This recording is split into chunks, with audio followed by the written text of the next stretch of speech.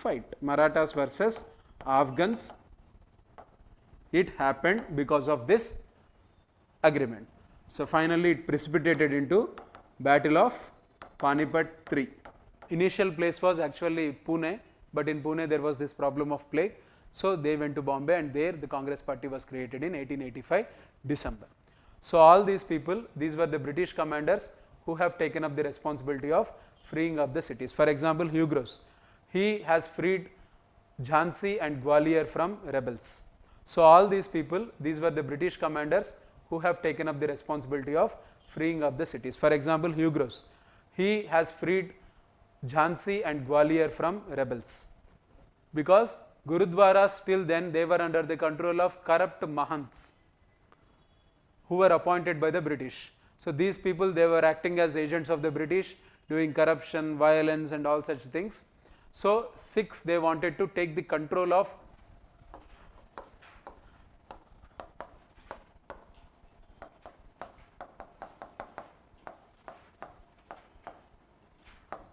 right. So modern India, our first topic, advent of Europeans. So advent of Europeans, the first one, so to come 1498, Vasco da Gama. See, coming to the conditions because of which the geographical explorations got started, they were firstly the occupation of Constantinople in 1453. So the land-based trade that was happening from Asia into Europe, that got stopped because of the Turkish occupation of Constantinople. This was the first reason, and the entire Europe, it was very much dependent on spices, especially spices, textiles and many other goods. So Europe was extremely dependent upon them, and then so there were some people who wanted this evangelical expansion to happen, that is conversion, so converting people into Christianity, evangelical activity to be done, right.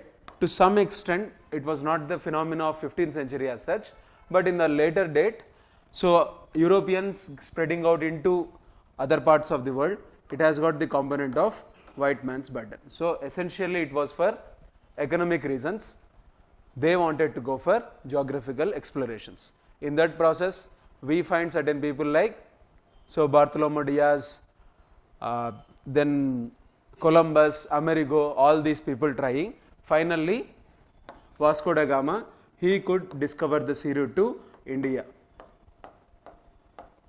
right. So the Portuguese, they were the first to enter into India. Coming into the Portuguese settlements in India, Calicut, Goa, Daman and Diu, right, these were the, and even Hooghly in Bengal. So these were the initial Portuguese settlements in India. So the governors were Francisco de Almeida and then Albuquerque. So these two were the governors in 16th century. Albuquerque, he was famous for this. Almeida and next Albuquerque, both of them, they have gone for something called blue water policy. So blue water policy is nothing but control the high seas so that you can control the land mass surrounding the seas. So that is the blue water policy. And Portuguese, they were known for this system called Carta system. So Carta system, so anyone who want to ply, or you can say anyone who want to trade in the Arabian Sea, they had to pay an amount and they had to purchase this thing, cartes, a passport from the Portuguese, right. So this was the case with Portuguese. So these were the settlements, 1498 entry. But Portuguese, they were notorious for certain things like slave trade, so forced conversions of people and all these things. Inquisition, recently, so some sites they were discovered in Goa where Portuguese, they have forcibly did this inquisition thing for non-Christians, right. So conversions, slave trade, and then harassing people, the Shah Jahan episode yesterday we have seen. So the Shah Jahan episode, because of all these things, Portuguese, they did get notoriety, right. So Portuguese, they have even tried to convert Akbarids, right, but it was not possible, so they couldn't do it. So this was their activity. So finally, because of the discovery of Brazil, they found it more remunerative instead of competing with India with other European powers, right? That the coming in of Dutch, British, French and all these things, it made for Portuguese a non-remunerative thing. Finally, they have left for Brazil, right? So this is the thing. So from 1600 onwards, we see Brazil under the control of Portugal and decline in the activity of Portuguese in India, except in some areas like Goa and Daman and Diu. So there also they had signed an agreement with the British that they are not going to do any fortifications and all these things, right? So this is the role of Portuguese in India. The first two come into India. Next, Dutch, if we look at them. So Dutch settlements in India, if you look at it, Chinsura, Patna, Nagapattinam,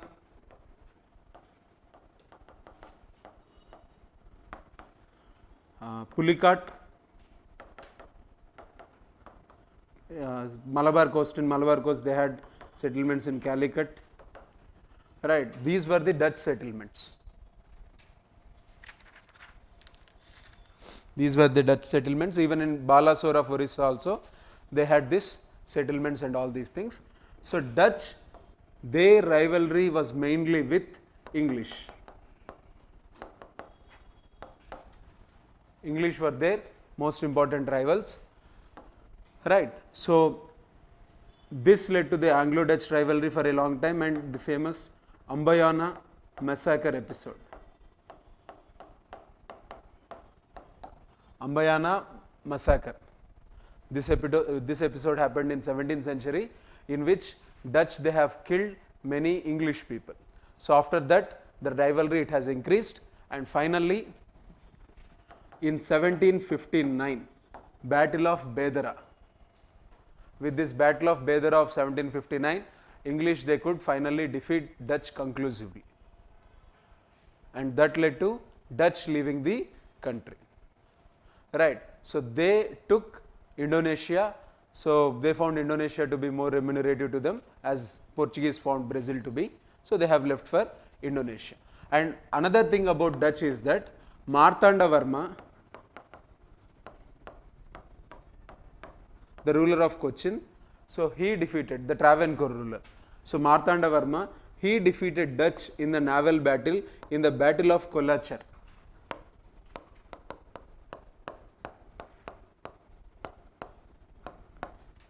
In 1740s, around 1747. So Battle of Kolachar, it was the first naval battle in which an Asian power could conclusively defeat an European power, right? And it was a major blow to the Dutch. Later on, the Battle of Bedera happened in 1759. So consequent defeats in the hands of Indians as well as British, that made Dutch to leave India and to go for Indonesia completely, right? So this is about Dutch in India.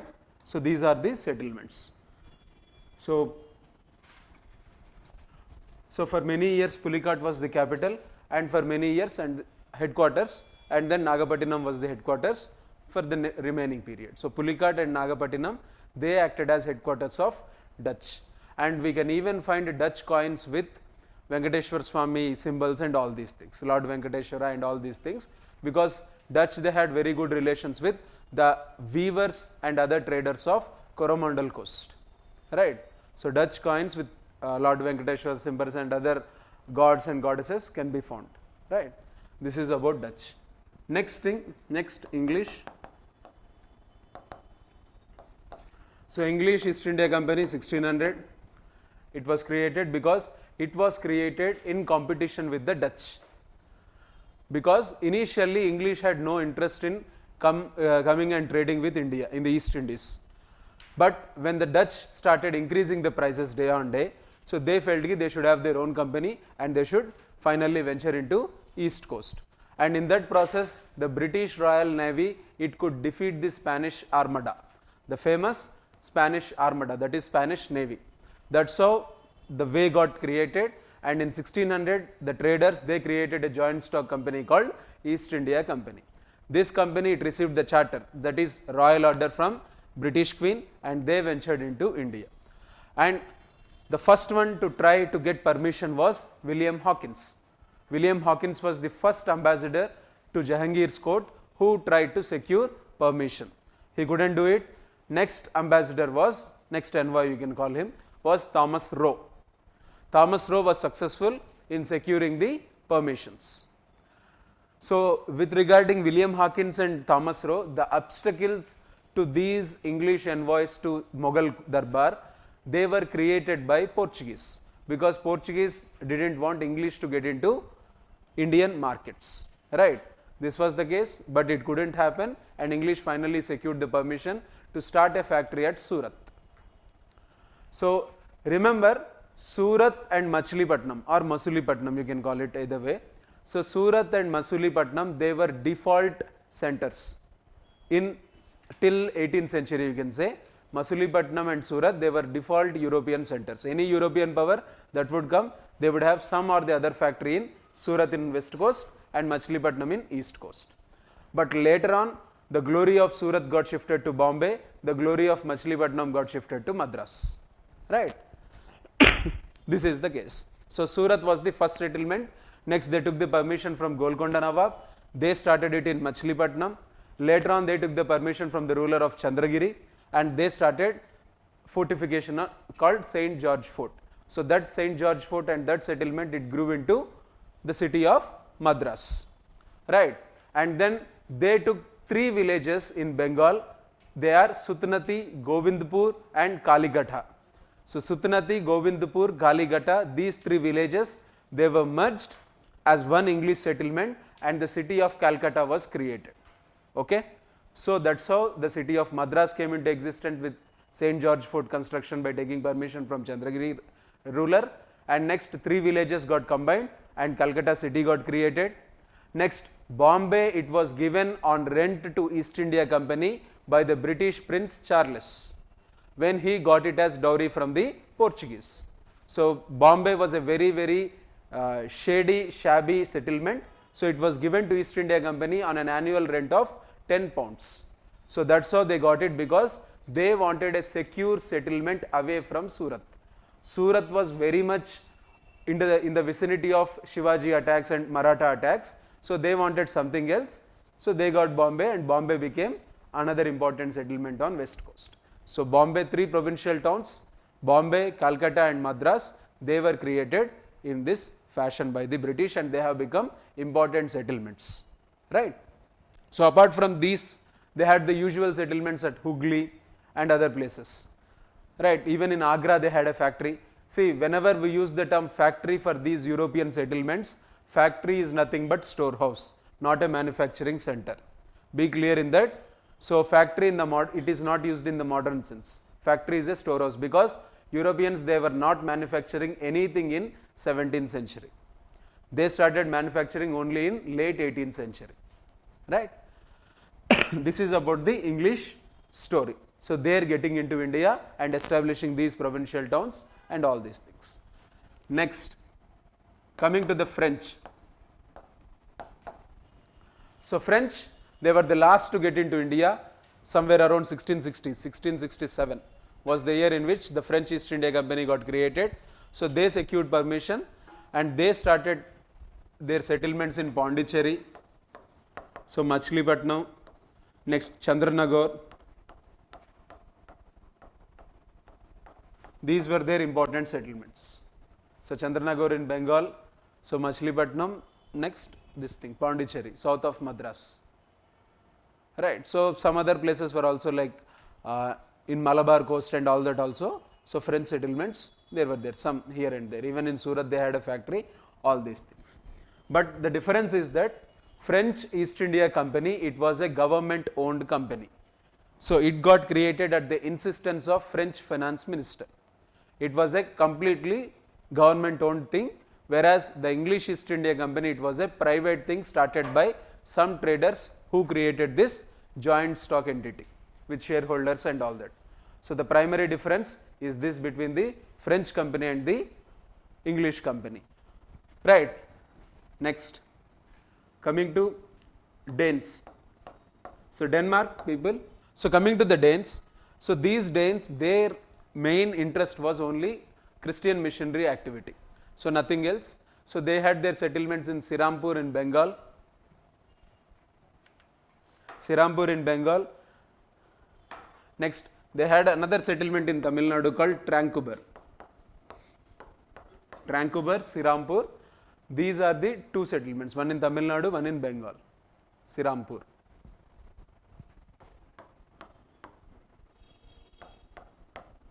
Right. So Christian missionary activity, but finally in 1840s, they were not active in political sphere, economy sphere and all that. Finally, the Danes, they have sold their settlements, their properties to English in 19th century, in 1840s, and they have left for Denmark, right. So they had no stakes, they had no role to play in this entire affair of Indian colonization and all these things. So this is regarding the advent of Europeans. So the areas you need to focus is on certain any important policies and any other such thing, and then settlements. This to be revised by you repeatedly. Next.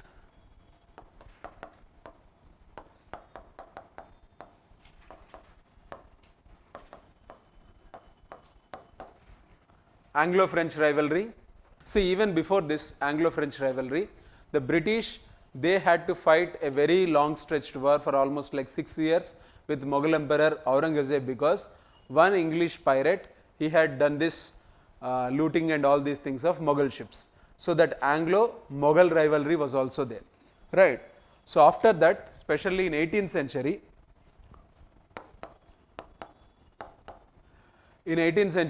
first half of 18th century especially, this time period, it was the time period of huge uncertainty in Indian politics, right. In Indian politics, it was hugely uncertain. If we take a look at 18th century India, first thing was the declining Mughals.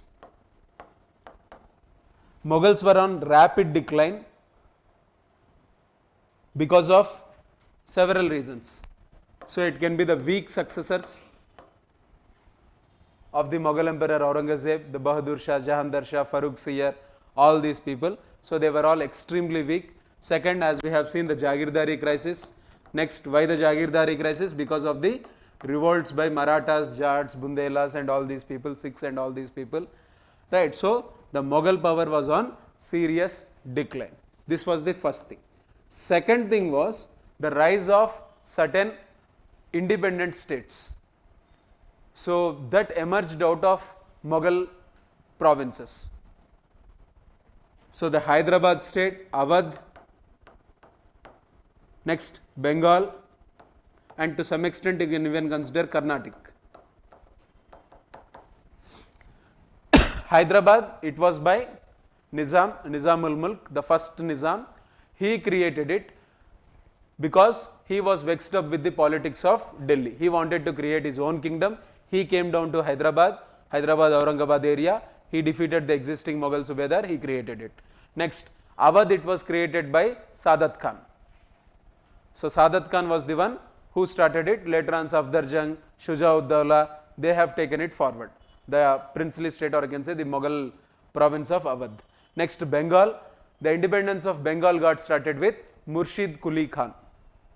So there was one person called Murshid Quli. He started off this independence of Bengal, later on taken ahead by Ali Vardi Khan. So grandfather of Siraj-ud-Dawla. So Ali Vardi Khan. So in this way, these states, they declared independence by accepting Mughals to be just nominal authorities, nothing else, right. So next, Carnatic. In Carnatic, there were some people like Dost Ali, Anwaruddin. These people, they were ruling, but most of the times Carnatic, it was under Hyderabad's control. Carnatic is nothing but northern Tamil Nadu. Arcot, Jinji, Trichinopoly, this area, northern Tamil Nadu, we call it as Carnatic. So this was mostly under Hyderabad. So this rise of new states that emerged out of Mughals, it created huge opportunities for the Europeans, right. This is the case. Next, the third thing is rise of independent entities like Marathas, Jats and Sikh kingdom. Maratha kingdom, Jat kingdom, Sikh kingdom, these three entities, they got created. And we even see the rise of Mysore as a preeminent power with Hyder Ali and Tipu Sultan. So 4 independent states. And early 18th century India, especially entire 18th century India you can take. So this period, it is the most confusing period with so much of political rivalry, continuous wars, famines, so ravage and all such phenomena, they were happening across the country. In this situation, we observe English and French trying to get benefit out of this political turmoil.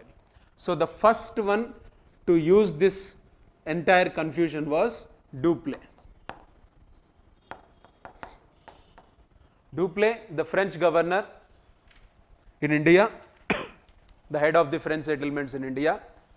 So he discovered certain things. First thing is, he discovered that you need, so Indians, they are in continuous rivalry, so there is continuous warfare, so there is scope for political interference by Europeans. So political interference is the first thing he observed. Second thing is, he observed that by training Indians in European method of fighting, you can actually save so much of money and you can use them to control the Indian princes, right. So train the Indians in European method of fighting. Instead of importing the soldiers from Europe, you can simply train the Indians, and this is the rise of the phenomenon of sepoys. So the term sepoy, it came into existence with this. Sepoy is the one Indian who got trained in European method of fighting, using artillery, using muskets, right, the drills, the regimentation, all these things. European method of fighting. So political interference and these two things. So that's how Dupleix, he started. So he was the reason for the first Carnatic War,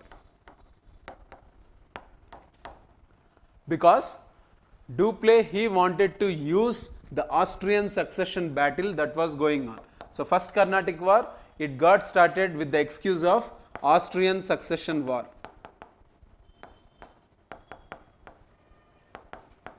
So in Austria there was a succession war, French took one side, right, so British took other side. So that war got extended to entire world, to America, to Canada, to India. In that process, Dupleix, he attacked Madras and he has taken control of Madras. So that's the beginning of first Carnatic War. So in this Anglo-French rivalry. So next, so as a consequence, most important thing was he could defeat Indian forces with a very limited French force. So in the Battle of Adayar, in the Battle of Adayar, he could defeat Anwaruddin with a very small force. The Carnatic Nawab Anwaruddin, he could defeat, so he could take control of Madras, all these things happened.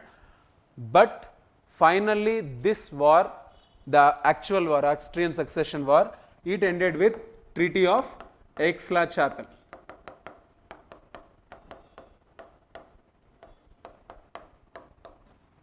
Aix-la-Chapelle in Europe.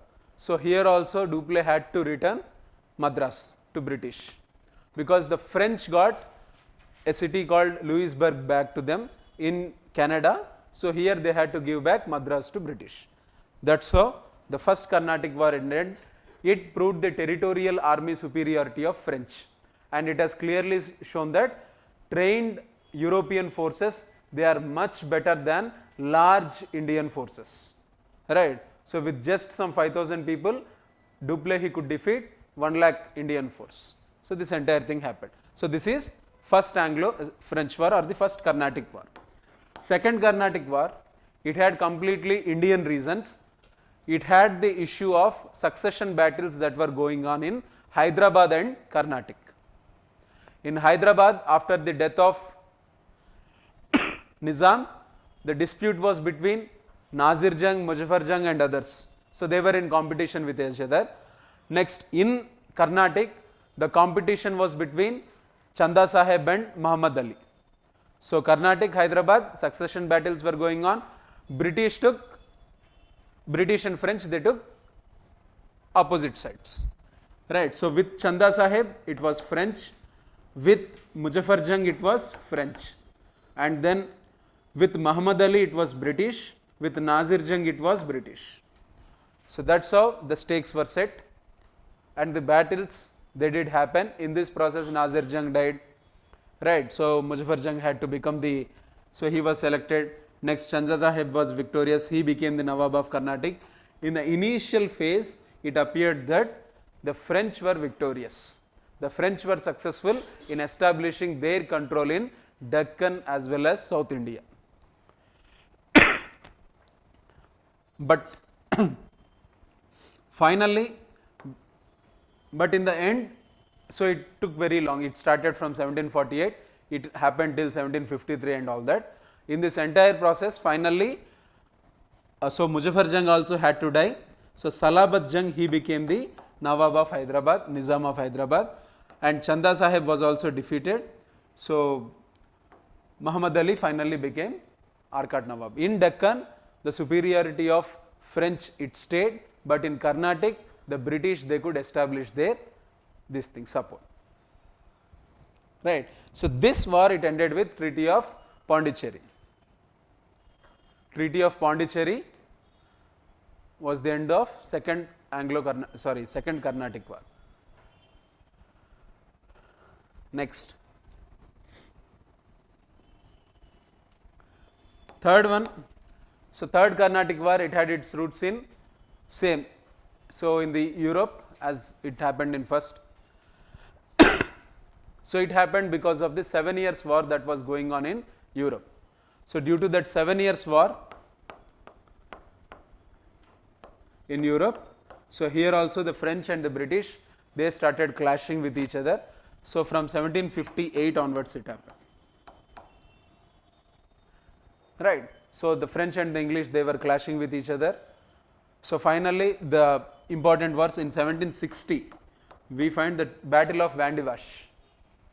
So in Battle of Vandivash the French they got defeated, they got routed literally, and they have accepted that they won't do any kind of settlements in India. Right, they won't do any kind of fortifications and all these things, and they would remain a pure business entity. So that's how this war it ended with the Treaty of Paris. So when finally in 1763 when Treaty of Paris happened, here also peace got established between the two French companies. So that's how these three Carnatic wars they had severe impact on Indian history. Right. So this is the thing. So why did the French fail? The French failed especially because the French East India Company it was a government run entity extremely controlled by the bureaucracy and ministers of France, who had no idea of how to do business, who had no idea of the ground reality of India. First reason. Second reason was the premature resignation of, or I can say forced resignation taken from Dupleix. So Dupleix had huge idea of India, right? He had very good idea of the ground reality of India. He was ambitious, he had vision, he had plans and everything, but he was not trusted by the French ministers, right? So he was replaced by someone called Godehou, so who had no idea. So in the last Carnatic War also, so Bussy, who was very much efficient, so this Bussy, he was having huge influence over Nizam, but this Bussy he was not given importance by one person called Count de Lally. So he came all of a sudden from Mauritius, so he made Bussy his what you can say subordinate. So that's how Bussy was also he was also taken as prisoner of war and all these things. So not trusting efficient officers in India, so government run company. This was the thing. And so inherent French weaknesses. So French they were a very skewed economy and all these things. So because of it, it couldn't support the war efforts of French East India Company in India well, right. So these were the reasons for the French failure, right. This is the thing. Next. Now coming to the other aspects of 18th century, especially we see certain things like the battles. British conquest of India in 18th century. So after Carnatic Wars, British conquest of India in 18th century. Coming to this topic, first obviously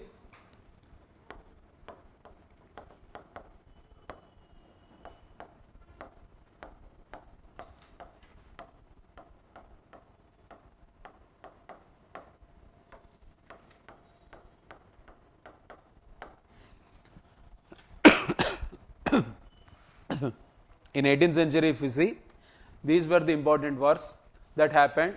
So that led to the British expansion of India. In 18th and even in early 19th also they got extended. So first, Battle of Plassey, 1757. So Battle of Plassey, 1757. This battle, it was a conspiracy hatched by Robert Clive. So this person, Robert Clive, he came into prominence during the Carnatic Wars, right? So he was a simple writer in East India Company. Later on in the Arcot campaign and all these things in the affairs of Carnatic, he has become very famous. That's how he got the responsibility of Bengal. So the responsibility of Bengal was given to Robert Clive because, right, in this time period 1756 to 57, there were some events that happened. The first thing was the British attack on Chandernagore, French settlement. So French settlement of Chandernagore, it was attacked by the British. This is the first thing. So when this happened, so French requested Siraj-ud-Dowla to protect them. Siraj-ud-Dowla came, so he attacked the city of Calcutta. All these things happened, Black Hole tragedy. So that concocted story, it also came into circulation. Later on, the Robert Clive was asked to go to Bengal, and in Bengal when he landed, he started this entire plan with Mir Jafar Ali Khan, Jagat Seth, Omi Chand. So there were others like Durlabh Rai, all these people.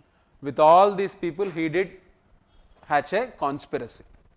So this is the thing, attack on French, next attack on Calcutta, and next thing was conspiracy. Right. With this conspiracy, Battle of Plassey was a easy thing for the British.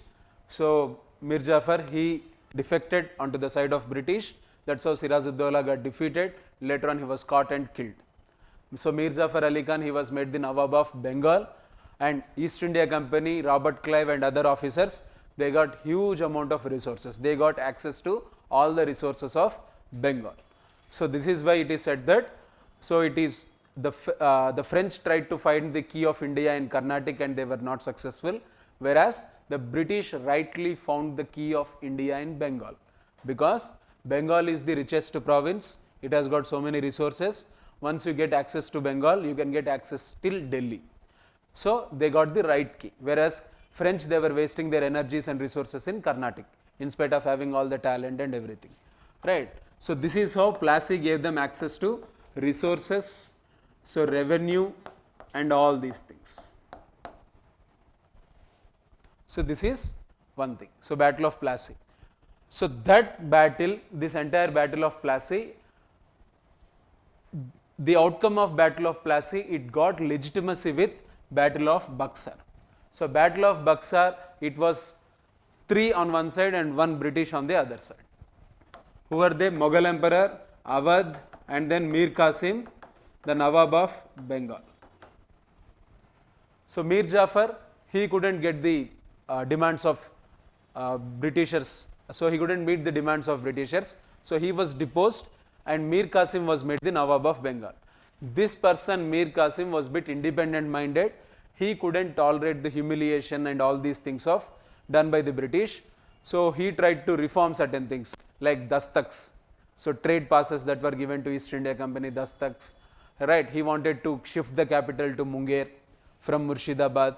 So he wanted to purchase gunpowder and all these things from Armenia, right? All these things, they were tried by him. So eventually British, they thought of arresting him, right, imprisoning him.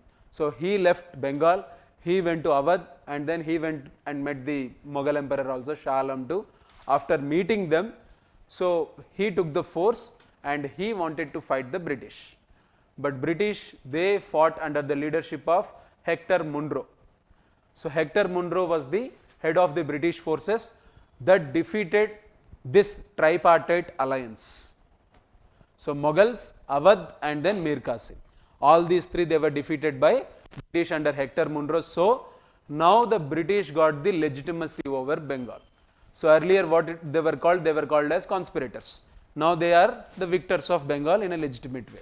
So after this episode they tried Mir Jafar for some period, but later on from 1770 onwards, 1770, Britishers they have overtaken the complete administration of Bengal upon to themselves. So that's how we see the 1773 Regulating Act and all these things coming into picture, right. So this is the story of Bengal.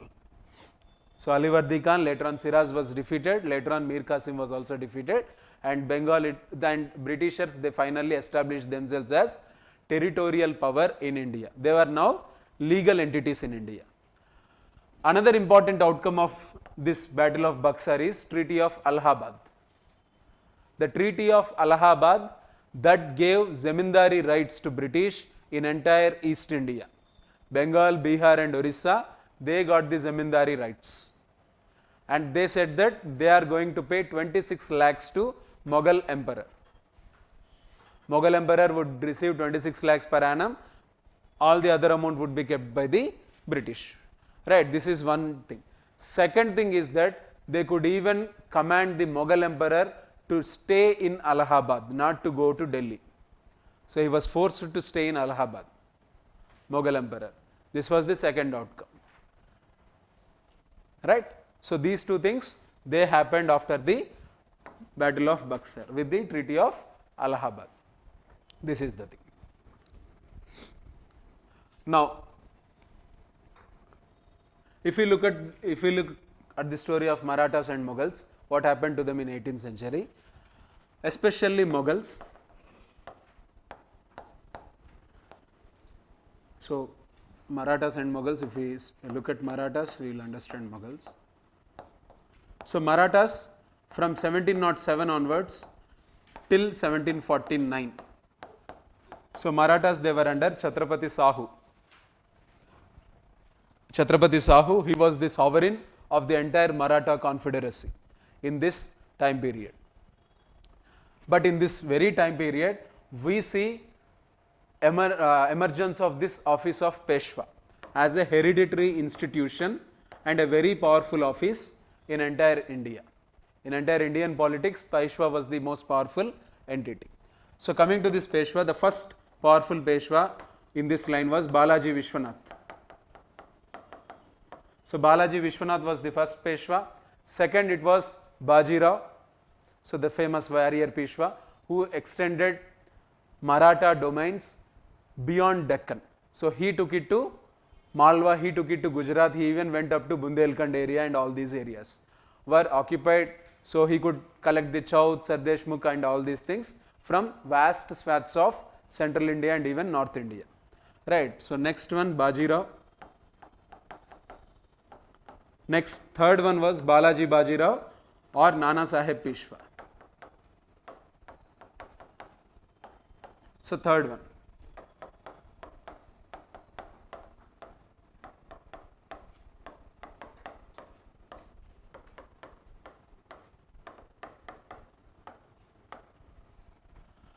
So three important Peshwas in this first half of 18th century. So when this rise of Peshwas was going on and Maratha influence was growing in entire India, Marathas they could venture attacks on Bengal, they could venture attacks even on this Carnatic area and all that. So everywhere we see the presence of Marathas. So in this scenario, if we see, there was this creation of the famous Maratha Mahamandal, or in English Maratha Confederacy. So the great Maratha Confederacy got created in this time period, in this first half of 18th century. So in this confederacy we see Scindia of Gwalior, Holkar of Indore, Gaikwads of Baroda, Bhonsle of Nagpur, right, and obviously Peshwa. So capital at Pune. So they were the part of this Maratha Mahamandal, the confederacy that got created across central and north India, right. So Pune, Nagpur, Gwalior, Indore and Baroda. Fine. So this was the Maratha Mahamandal. So in this time period itself, in Mughals, if we look at them, in 1739, Nadir Shah invasion happened on Delhi. So invasion of Nadir Shah on Delhi. So even 2 years before that, Bajirao, he also attacked Delhi, but he went up to suburbs of Delhi and returned. But in 1739, so direct attack and Delhi happened by Nadir Shah, the Persian emperor, and he looted Delhi to the fullest. So the famous Kohinoor diamond, Peacock throne, everything, and all the gold and all the resources of Delhi, so they were all looted by the Persian emperor Nadir Shah. So this was the worst phase under which Mughal empire was there. So nobody could defend the Mughal entities, right. So 1739 it happened. The second thing is from 1750s onwards. So we see repeated attacks by Ahmad Shah Abdali into North India. So from 1753 onwards till 1761, so during this entire period we see Afghan invasions. Afghan invasions under Abdali, Ahmad Shah Abdali. So Ahmad Shah Abdali, so he was actually a feudatory of Nadir Shah. Later on he could declare independence and he is regarded as the father of Afghanistan. The actual creator of existing Afghanistan is Ahmad Shah Abdali. He created this kingdom with Pashtun domination, right, with Pashtun Pathan domination. He created this entity of Afghanistan. So this Abdali, he used to repeatedly attack Punjab plains. Later on he could come till Delhi and he could even venture up to Mathura, right, in western UP. So this was going on in the Mughal territories. So finally, so in 1740s itself, in 1740s during the times of Balaji Bajirao, Marathas, they have taken the responsibility of protecting Mughals, right, by defeating the Mughals, by defeating all the other Mughal Sardars, right. So they took the responsibility of protecting the Mughal throne in a nominal fashion. So Mughal throne would be there, so we will protect it, it is our responsibility. So in lieu of protecting you, we will collect Chaut from all the Subhas. This was the arrangement made between Marathas and Mughals in 18th century. So because of this agreement of protecting the Mughal entities from any attacks, Marathas and Abdali, they had to fight. Marathas versus Afghans, it happened because of this agreement. So finally it precipitated into Battle of Panipat III.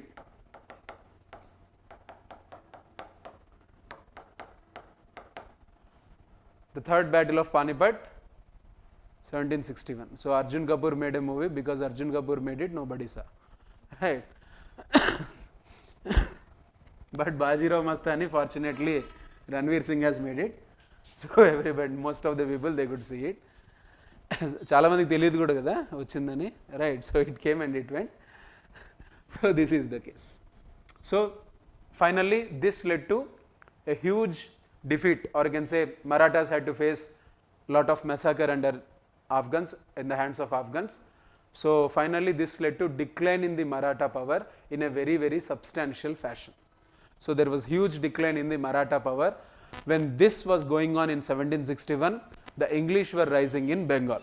So this war, it was helpful for English to consolidate their position in India, right. This was the case. So that's how all these things, they did help the rise of British in India. Okay. Now, so next thing we will be seeing is the Anglo-Mysore Wars. So next we will come to Maratha Wars. Coming to Anglo-Mysore Wars, Anglo-Mysore Wars, they got precipitated, or can say they came into existence because Hyder Ali, he started asserting his authority. Hyder Ali was not actual ruler. Hyder Ali was not the actual ruler. He was a very basic sepoy in the Mysore army. Later on, he could rise to the level of Fauzdar of Dindigal, right, in present day Tamil Nadu. Later on, he entered into the politics of Mysore royal family. He could completely sideline them, and he declared himself to be the ruler of Mysore. Hyder Ali during 1750s, early 1760s, he could do it, right. So Hyder Ali, obviously he came into clash with the British for the territories of Tamil Nadu. So for the territories in Carnatic, for the territories in southern Tamil Nadu and all that, he came into clash with the British. That led to the first Anglo-Mysore War in this period. First Anglo-Mysore War 1767 to 69, in which Hyder Ali was successful.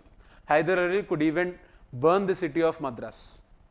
So finally British had to come down, British had to sign this Treaty of Madras with Hyder Ali. Right, so he was successful in the first battle with British.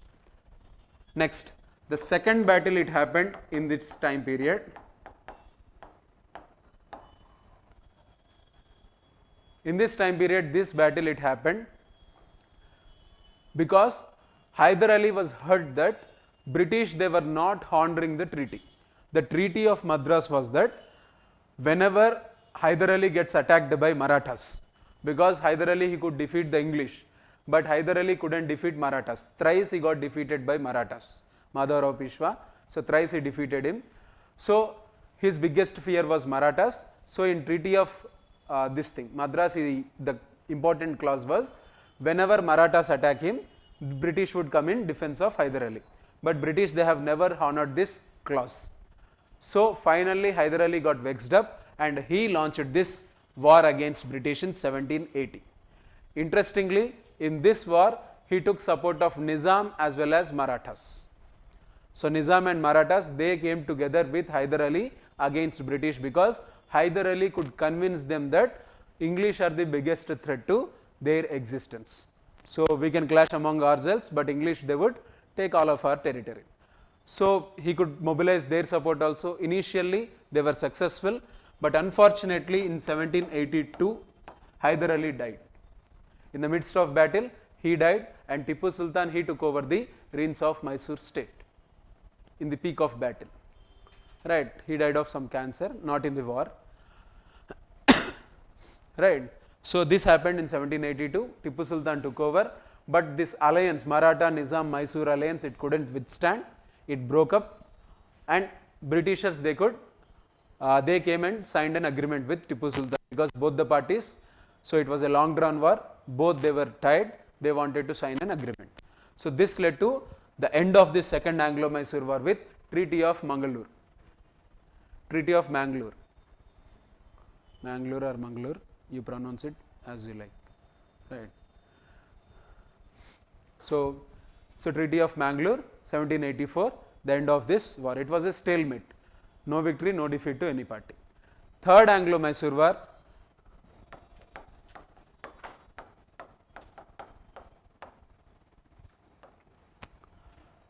Third Anglo-Mysore War, 1792-92. This war, it happened essentially because of the Tipu's proximity towards French. So there was increased French influence in Tipu's court, right. So there were rumors that Tipu was taking support of French ammunition makers and all these things. So British, they have asked for an explanation. They asked that all the French to be expelled from the Mysore state, but he didn't budge. Finally, this led to this third Mysore War when Cornwallis was the governor. Right. So in 1792, this war ended with the defeat of Mysore, Tipu Sultan. In this war, Tippu was defeated by all the three, Marathas, Nizam and the British. All of these three, they have formed an alliance and they have defeated Tippu. Half territory, he had to lose half of the territory. He had to pay 3 crore rupees as war indemnity, right? And he had to send 2 of his sons as hostages to Calcutta. So 2 sons, 3 crores, and then half of the territory was lost. So it was distributed among Nizam, Marathas and British. So this was how the third this thing happened.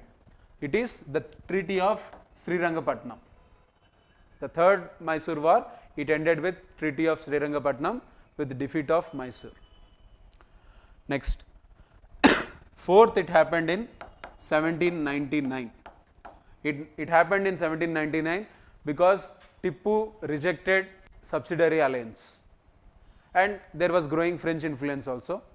So even after the defeat and all that, he didn't reduce the French presence. So French presence and subsidiary alliance, rejecting it.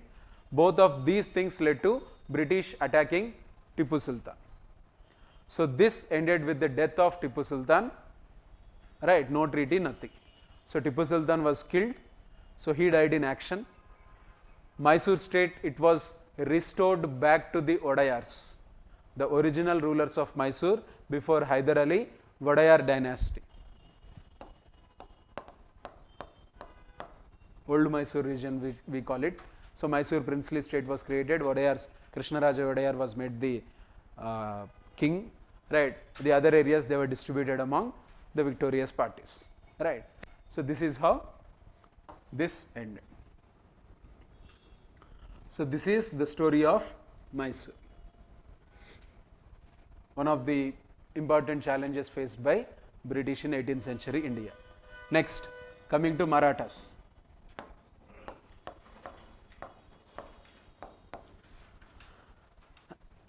The entire trouble in Marathas, it got started with the assassination of Narayan Rao Peshwa, right? So in 1772, what happened is, from 1761 till 72, for 11 years, Madhav Rao was the Peshwa. He was a very efficient person. He could restore the glory of Marathas, which was lost in third Panipat battle. He could restore it, and he waged multiple wars against Hyder Ali, against Nizam, all these entities, and he was successful. But he died very early in 1772 itself. At the age of 27 he died. So he became Peshwa at the age of 16. So this thing happened. In 1772 to 73, so there was one person called Narayan Rao. He became the Peshwa. But this Narayan Rao, he was murdered by Raghunath Rao, Raghoba. So his uncle, right? This Raghoba, he killed Narayan Rao. So Raghoba was about to be arrested. He escaped and he went to British for help. There the entire trouble began. So this Raghoba, he signed, or again he signed the Treaty of Surat with British, promising that, so if he was made the Peshwa by defeating the existing entities in Maratha Confederacy, so he would give them Salsatti, Bassein, he would give them all the other coastal areas, everything. So he was ready to give British everything if he was made the Peshwa. So that was the content of Treaty of Surat. So that led to British attacking the Marathas around 1775. So for 7 years, the first Anglo-Maratha war, it continued. So it went on for 7 years. So Battle of Telgaon, Battle of Vadgaon, all these battles, they did happen. So initially Marathas, they were very successful, but they had some reverses in the hands of British.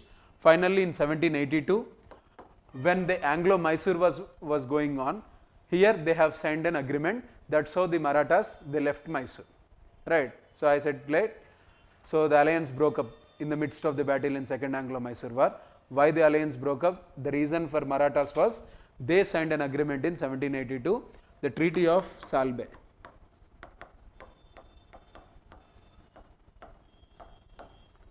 The Treaty of Salbe, it happened.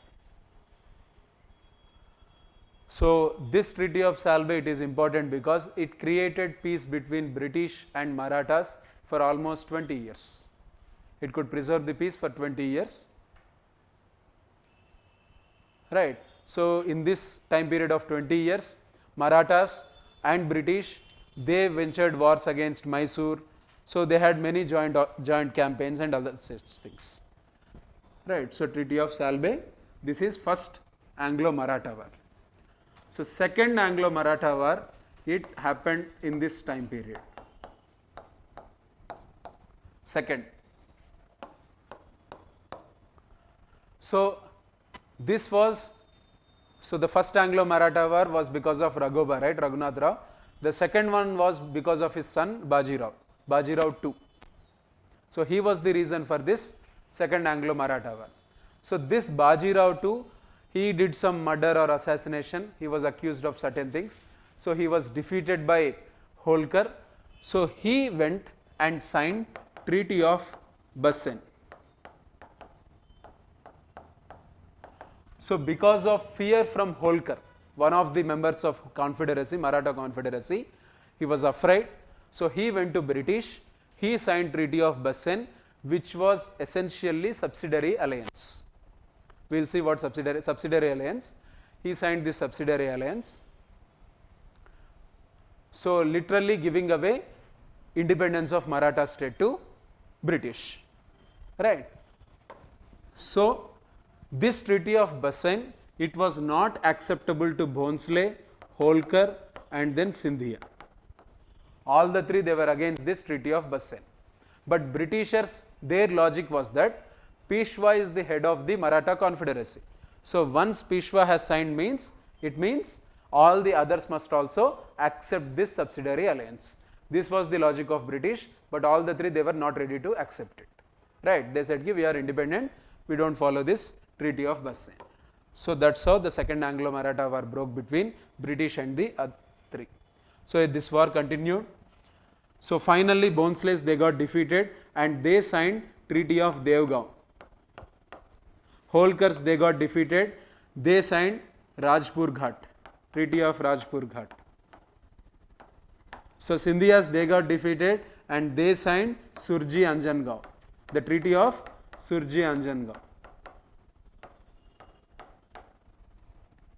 All these three treaties, they essentially made Marathas to sign this entire thing called subsidiary alliance, right. So this is how the second Anglo-Maratha war, it ended, and the biggest area in India, it came under the control of British.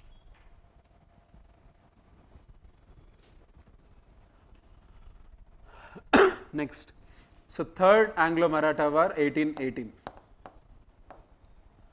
So this was one of the last attempts by the Marathas to preserve their independence. So Britishers, in the name of campaign against Pindaris. So Pindaris, they were mercenary soldiers who were with Marathas, but later on they started becoming robbers. So they were harassing people and all these things. So Britishers, in the name of controlling Pindaris, they were attacking Maratha settlements, they were harassing the people. So Bajirao II, the Peshwa, he also raised troops saying that I too want to control the Pindaris. That's how he raised troops. So in the same way Bhonsle also raised troops. So these two entities, Bhonsles and then Peshwa, they did raise troops and they went to war against British to secure their independence from British, right. So the famous battle of Koregaon, the battles of Khidki, so these battles, they have happened, and even within Nagpur there was another battle, Battle of Nagpur by Appa Saheb Bhonsle. So after these battles, so in these battles the British were successful. So Maratha, especially Peshwa and Bhonsle, they got defeated. They got defeated and office of Peshwa, it was abolished. And all the areas under the control of Peshwa, they were merged into Bombay Presidency. So that's how the Bombay Presidency got created, the Bombay province. It was created and it was kept under direct administration of British. just like Bengal and Madras, right.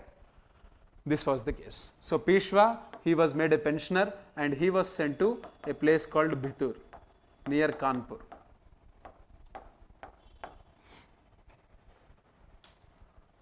Right. So this is the outcome of the third, and with this Anglo-Maratha were third. So entire concept of Maratha Mahamandal, it ended, the office of Peshwa ended, and British, they could secure control on large areas, huge areas, right. This is the thing. So let's have a look at this thing called subsidiary alliance.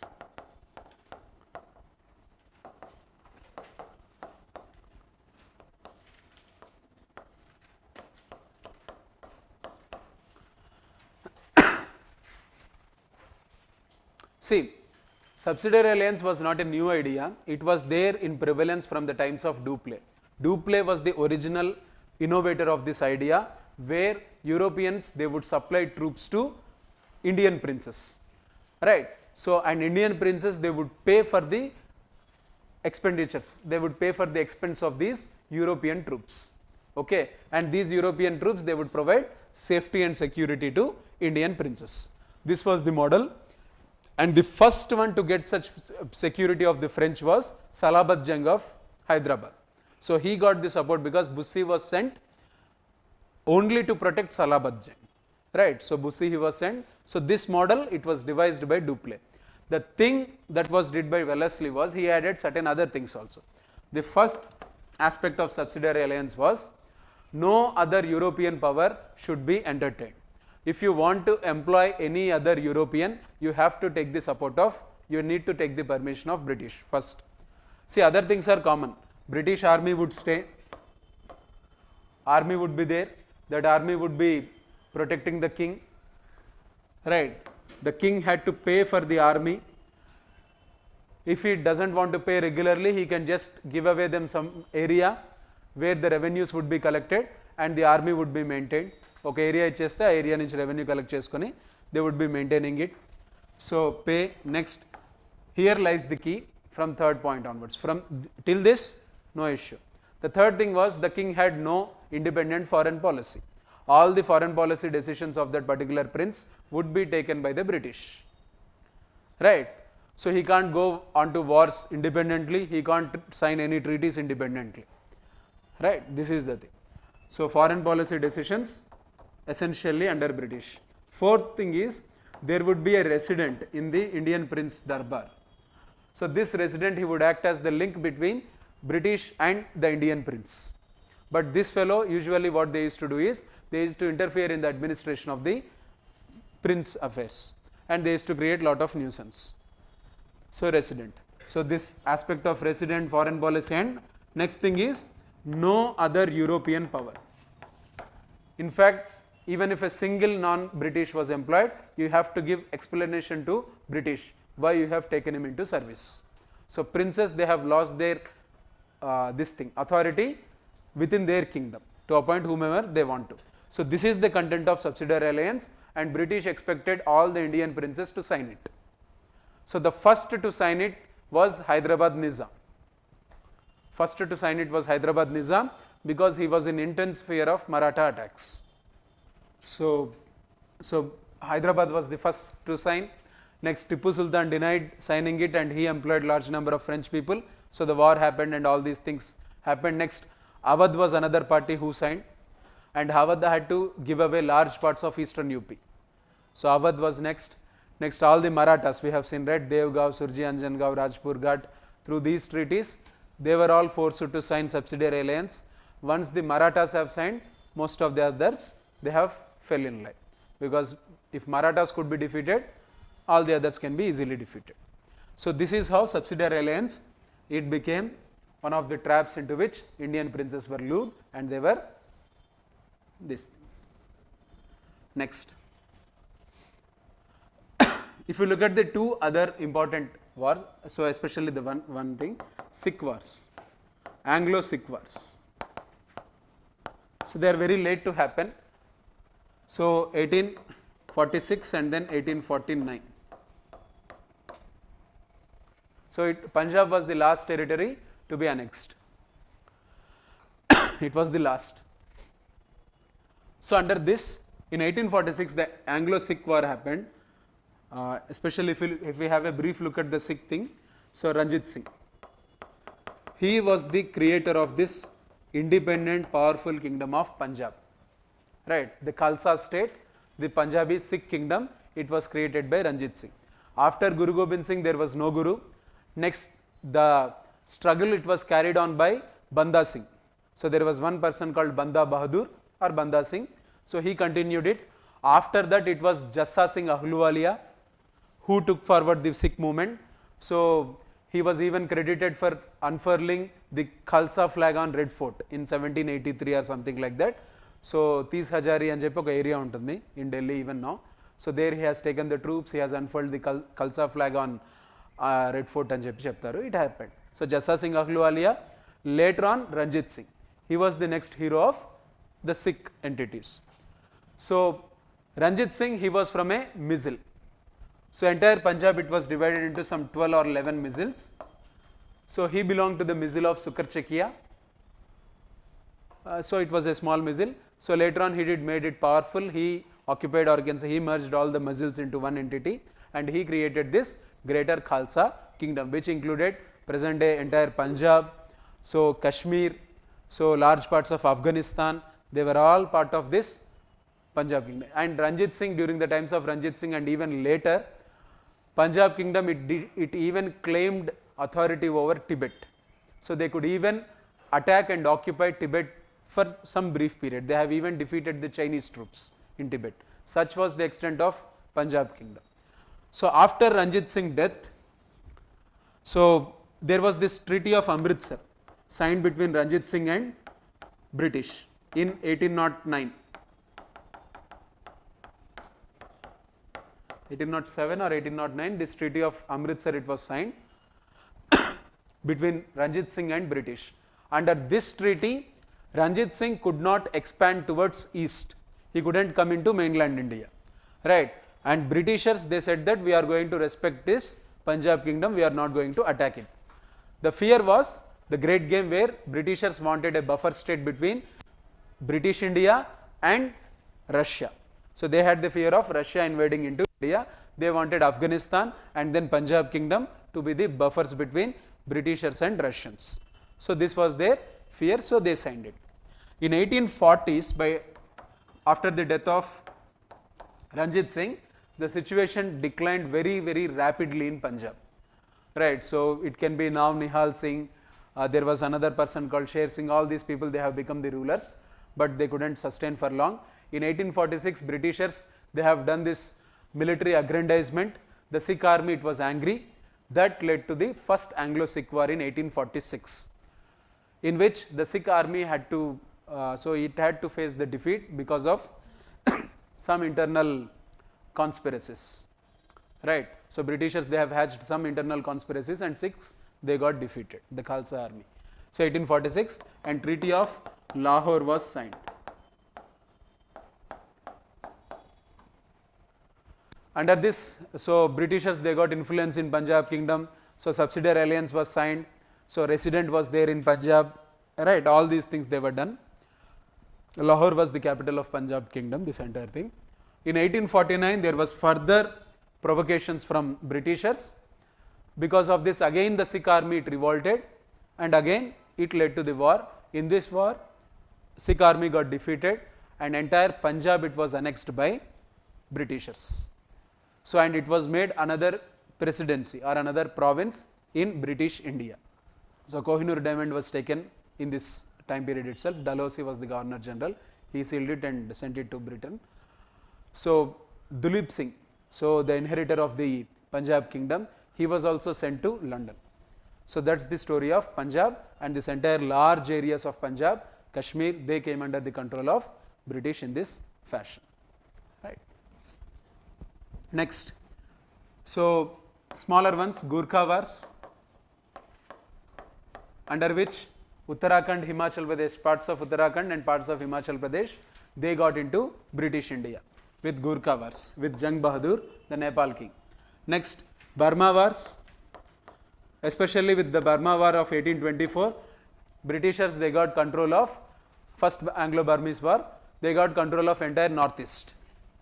So so these areas of Nagaland, Mizoram, they got added into British entities, right? So this thing, Burma war, this is how with all these wars, Maratha, Mysore, so Sikh and then Gurkha, Burmese wars, British India got constituted, right? Now, if you look at the next thing, so next certain policies of British. So policies of British, so we have seen subsidiary alliance, right? So next, so revenue policies, most importantly Zamindari, Mahalwari, 3. So Zamindari by Cornwallis in 1793 under permanent settlement system. Permanent settlement system, Zamindari system. So Zamindar would be created and he was made the owner of all the lands. So government would be collecting the tax only from that particular Zamindar. So the problem with this system was it led to increased subfeudation, it led to huge pressure on the land and especially all the owners of the land, they have become tenants and Zamindars, they have become the owners of estates. So this was the outcome of Zamindari system which was started by Cornwallis. Next, coming to Mahalwari system. Mahalwari system, it was introduced in some areas of Punjab and some areas of Uttar Pradesh. So in some pockets here and there, we see this system under which village or group of villages, they were merged into one unit called Mahal. So this Mahal, it was imposed some tax and all the farmers in that particular Mahal, they have to pay up to the tax. So this was by Holt Mackenzie and William Bentinck. Holt Mackenzie and William Bentinck, they introduced this system of Mahalwari, right? So the problem was under this system, the large farmers, they used to escape the tax burden and entire tax burden was getting shifted to small farmers because Mahal was one unit. So who pays what? The British were unconcerned. So large farmers used to shift the burden to small farmers as it happens. Next, coming to the Raitwari system, it was introduced by Thomas Munro. So Thomas Munro, he, after observing the conditions in Rayalaseema especially, so he didn't like this entire system of polygars. So he wanted to remove the polygars, he wanted to establish direct link between British government and the farmers. So he created this Raitwari system and he revived this system of patta. So entire land would be surveyed, it would be measured and pattas would be issued to farmers, right? And tax would be collected from the farmers by the British administrators. It can be the village level Karanam, Munsab, it can be the Tahsildar, they would be collecting and British collectors were appointed for each district to collect the revenue from each Tahsildar. This is how Raitwari system was developed. Later on the same system was introduced in Bombay Presidency by Elphinstone. So by Elphinstone, he introduced it in Bombay. So Bombay and Madras presidencies, large parts of them, they got Raitwari system. But in Madras presidency, entire coastal Andhra districts, they were under Zamindari. So the Sarkar districts, they were under Zamindari, large parts of it. So Vijayanagaram Zamindari, Venkatagiri, all these were Zamindari. So Madras and Bombay, this thing, so Sarkars and Bengal, they were with permanent settlement and some parts of UP in Mahalwari, large parts under Raitwari system. So this was how the entire scheme of things, they got created under British revenue policies. So next, subsidiary alliance we have seen. Next, doctrine of lapse.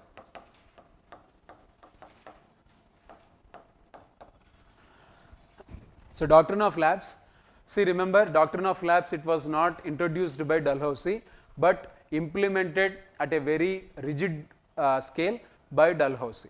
So doctrine of lapse, it was in prevalence from the times of 1815 itself. It was in prevalence. So the logic was that Britishers, they felt that the logic is if the feudatory king doesn't have any male child, then that kingdom should belong to the sovereign as per Indian tradition. Right. So the king would take it. So if the Samanta doesn't have any male child. So in the same way Britishers felt that now we are the sovereigns, we should have the right over that princely state. That's how this system got started. but nobody took it seriously till Dalhousie. And before Dalhousie, there was three-way categorization of the princely states. The first category princely states, they had every right to take the adoption, no doubt. So nobody could question them. Second category princely states were those who can take the adoption, but they have to inform the British priorly. Third category, they had no right to take the adoption. If there is no male heir, they have to simply merge the princely state. They would be given some pension or something like that. So three categorization was there. But what Dalhousie did was, Dalhousie, he removed this categorization. He said that big or small, first or third category, I don't care. If there is no male heir, it belongs to me. That's it. First thing. Second thing he did was, he added the provision of mal governance or mal administration to doctrine of lapse. This was added by him. So the princely states of Tanjore, the princely states of Satara, Tanjore, next Jhansi, Balasore, Udaipur, so many such princely states, they got merged, Jaipur and all that, they got merged into British India under this doctrine of lapse. So Awadh got merged in 1956 under the reason of maladministration. See, maladministration, it was a provision under doctrine of lapse itself. So it is not some other provision, it is within doctrine of lapse. Right, don't get confused, it is one confusing area in this doctrine of lapse entire thing. So be clear in this, it is part of doctrine of lapse. So this is another thing about the Dalhousie policy of doctrine of lapse, or so popularly Dalhousie policy. So revenue, subsidiary alliance, doctrine of lapse, and apart from this, we see the aspects of deindustrialization and de-urbanization did by British. So deindustrialization, de-urbanization, because Britishers, they were having huge production from late 18th century onwards with industrial revolution. So they experienced this mass production thing, right? Distributed production, it got shifted to mass production, machine made production. So now they wanted to export those finished goods to India. So in this process, what they have done is they have increased the export duties. They have they have made it difficult to access the cotton, and they have even banned certain things to be manufactured in India. For example, they have banned the entire aspect of shipping industry in India. So shipping, it was totally banned. Next, they used to procure all the arms and ammunition from England. So nothing from India. So all the arms and ammunition, even for their fighting and all that, they were manufactured in the royal manufacturing houses of England. In this way, the weapon industry, the shipping industry, the weaving industry, and many other such craft industries, they were all destroyed. So this is the planned deindustrialization of India that happened in early 19th century under British policies of banning export duties and all such things. In some cases, we even see brutal destruction of the handlooms by the British troops, deliberate destruction. That was also done in some areas. Next, deurbanization, obviously due to deindustrialization, there was deurbanization. Cities, they were depopulated, right? So Dhaka, it was a million plus city, it became 2 lakh city because of this depopulation. So all these things they happened. So Machilipatnam, Surat, Dhaka, Murshidabad, many such places, they got depopulated under this thing, deurbanization, and there was increased pressure on land. Increased pressure on land, increased unemployment in the country, so that led to forced diaspora.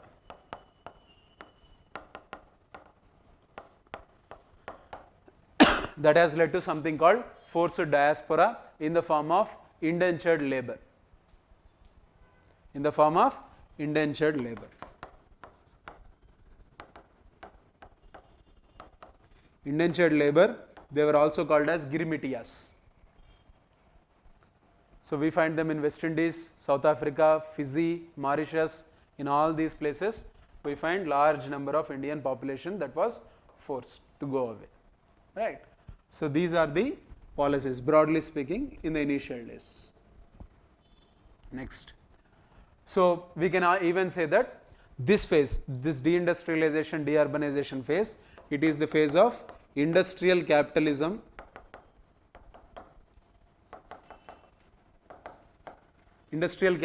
based colonial stage. The first stage was during the times of Plassey, Buxar, it was mercantile capitalism. So here it is industrial capitalist phase in 19th century. First phase mercantile capitalism based colonialism, where trade surplus was the important concern. Having trade surplus, that's it. The balance of payments, the balance sheet should be in your favor. But in the second phase, industrial capitalism phase, you expect to sell your goods.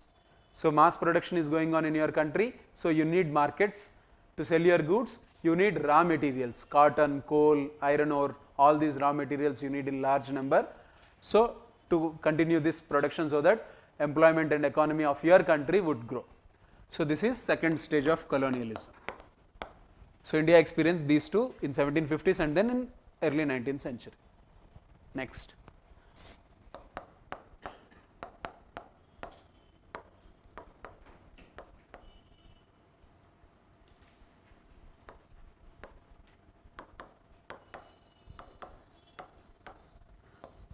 So these are the charter acts or regulating acts, charter acts, you can call it anything. So 1773 Regulating Act, this act, it is, so the highlights of this act is that this act, it has made the Governor of Bengal as Governor General of Bengal, and Governor General of Bengal was made the numero uno, that is the head of all the other governors. So the number one, so first among the equals. So Bombay, Madras governors have to listen to the Bengal governor. This is one thing, and it has created Supreme Court. So Supreme Court of India, it was created under 1773. 1784 Regulating Act, this act, it is all about separating the functions of within the company. So Board of Directors, Court of Directors and Board of Control, these two things got created. So Board of Control, it would look after the political activities of East India Company. So Court of Directors, it is for commercial activities of the company. Right. So the President of Board of Directors, he is responsible to the British Parliament. He would answer the questions raised by the British parliamentarians on this aspect of East India Company affairs in India. So this is the case. The same person, Board of Control President, later on he became Secretary of State. That is a different thing. So 1784, it is important for this. So next, 1793, so not of much consequence. 1813 Charter Act, it is important for entry of Christian missionaries. Due to the pressure of Charles Grant, entry of Christian missionaries is one thing. Second thing, it gave 1 lakh rupee fund for promotion of education, science and other such things, literary activities in India. Why this is significant? Even in England, there was no system of public funding of education. But here in India, East India Company was given 1 lakh rupees to promote this kind of education, science, literary activity in India. 1813. Next, 1833 Charter Act. This Charter Act, it is important because this Charter Act, it is an act of centralization in India. It removed all the powers of provinces. Legislative powers of provinces were removed. They were all given to Governor General. Governor General got renamed as Governor General of India. So William Bentinck got this status of Governor General of India. And it is known as the act of centralization. Complete centralization. Next, 1813, 1833 acts. These two acts, they are important for one reason. There was gradual decline in the trading rights of East India Company. So in 1813, the monopoly of East India Company was removed in most of the trading items except tea. In 1813 it was done. In 1833 even the tea thing got removed. Right. So that's how East India Company, it was losing its monopoly rights of trading with India. So this is important with these acts. Next, coming to 1853 Act. Say 1833 Act, it even proposed for civil services, reforms in civil services, competition, open competition to civil services, all these things, but it didn't get materialized. In 1853 Act, it did get materialized. So it was made a statutory thing. And in 1853 Act, this act, it is important because the British Parliament, it has said clearly that At any time, British Parliament has all the powers to remove East India Company and to take over the administration of India from it. Earlier what they used to do is, they used to give this 20-year time period. In 1773 they have given 20-year time period. For the next 20 years East India Company is the master of India. 1793 they used to give 20 years, 1813 20, 1833 20. But here in 1853 Act they have said ki no 20 years nothing, whenever we want to remove you, we will remove you, we will take over the administration. This is one important thing of 1853 Act.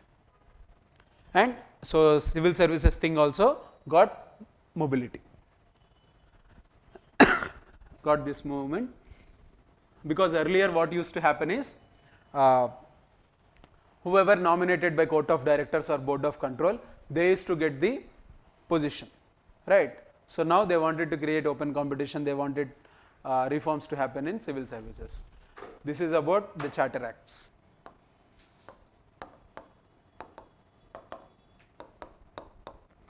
Resistance from Indians during this period of 1757 to 1857.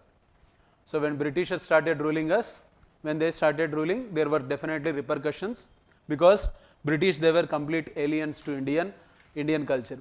All the others, so it can be the Mughals, it can be others, so they got integrated into Indian culture. Whatever they did it in India. They had nowhere to go, they have spent their wealth and everything in India.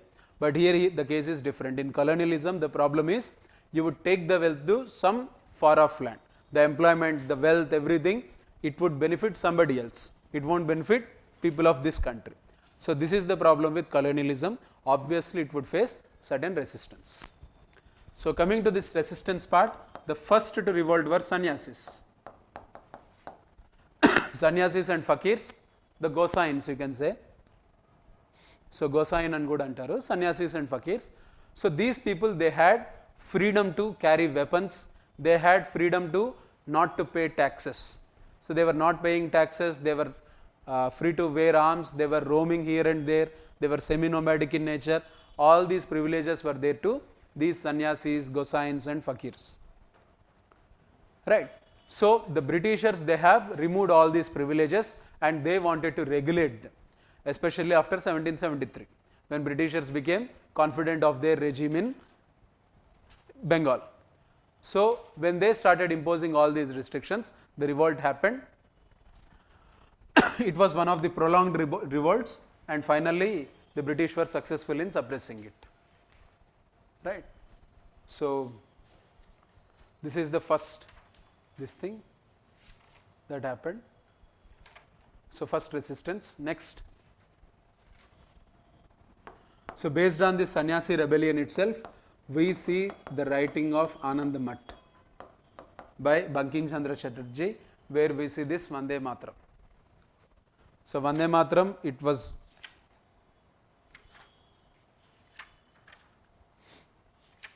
for Kalika Devi, so who was one of the preeminent goddesses of these people, sannyasis and Gosains.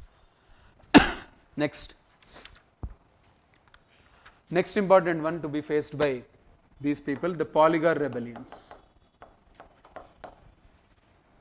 The Polygar revolts,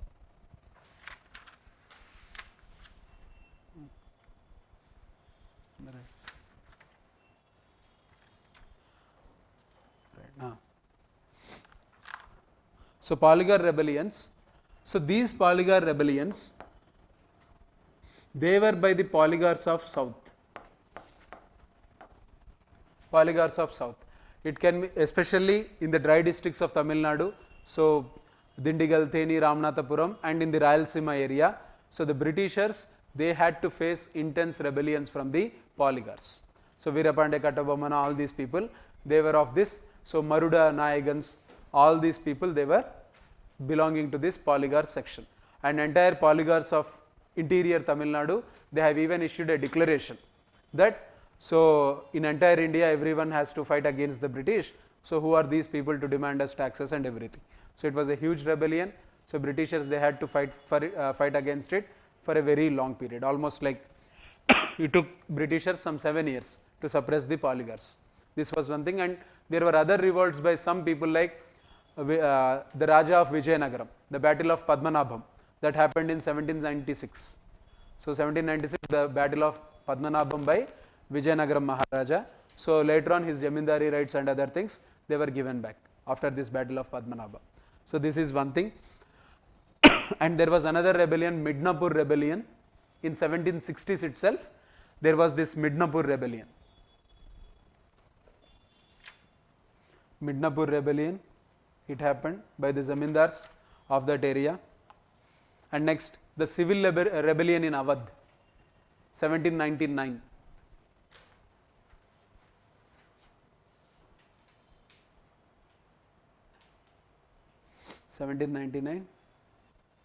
So the civil rebellion conspired by the Awadh Nawab, this happened. Next important one, Diwan Veluthampi rebellion in Travancore. Diwan Veluthampi, so he rebelled against the British interference in the Travancore state with the help of the Nayars. So the Nayar chieftains, they supported Veluthampi, so he revolted, but interesting thing is the ruler didn't support Diwan. So Diwan, he was on his own, so he had to fight the battle, and finally, so he is known as the Lion of Pazasi and all these things, he got defeated. Right. So there was another one called Velu Nachiyar, so who wanted to take the support of Hyder Ali and Tipu Sultan against British. So Velu Nachiyar, she is a lady from Shivaganga, right. So this personality, so all these people actually became famous with this Man Ki Baat thing, right. So next, the other rebellion is the rebellion by the Paikas. So Paikas, the Paika rebellion under the leadership of Bakshi Jagbandhu. So these Paikas, there was a controversy that was created by Government of India because they said ki this is the first war of independence, but many historians, they don't accept it. These Paikas, they were having tax-free land grants that they got from the Gajapati rulers. So Britishers, they said ki they had to pay the taxes, they were against paying it, so that led to the rebellion by the Paikas, but this Paika rebellion also got suppressed, right. See, all these rebellions, they were by the landed class. So Diwans, Paligars, Paikas, all these ones, these things, they were by the Velu Nachiyar, they were all Marudunagans, they were all landed sections of the society, they were not common people, they were not common peasants. So this is one section of India resisting against the changes that were brought in by the British administration. Next, if we look at the peasant rebellions, the Fairazi movement, Pagalpanti movement,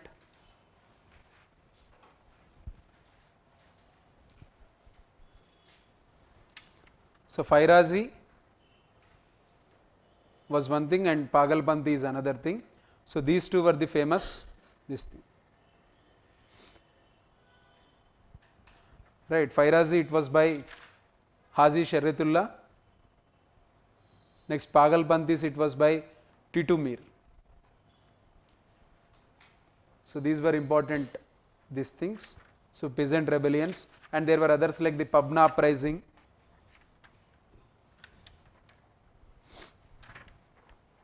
Right, so Pabna uprising was another one. So the revolt of the Momarias is another one. So these were the peasant revolts. Peasant revolts were limited during this period of 1757 to 1857. In this time period, mostly it is from the landed sections. So next, coming to the tribal revolts of this time period. So tribals, they were the most affected because of the British interference into their affairs, right. So the most important one is the Santal rebellion of 1856, the Santal Hul.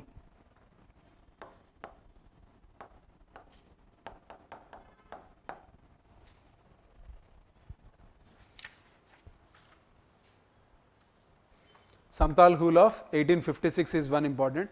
So apart from it, we see the coals of Chota Nagpur in 1832. 1832 coals of Chota Nagpur, and then Khonds of Orissa in 1846. Khonds of Orissa in 1846. Next, Chuars of Jharkhand area in 1769 itself, in the very early stage, Chuars of Jharkhand, Bengal region. Next, Khasis in 1828.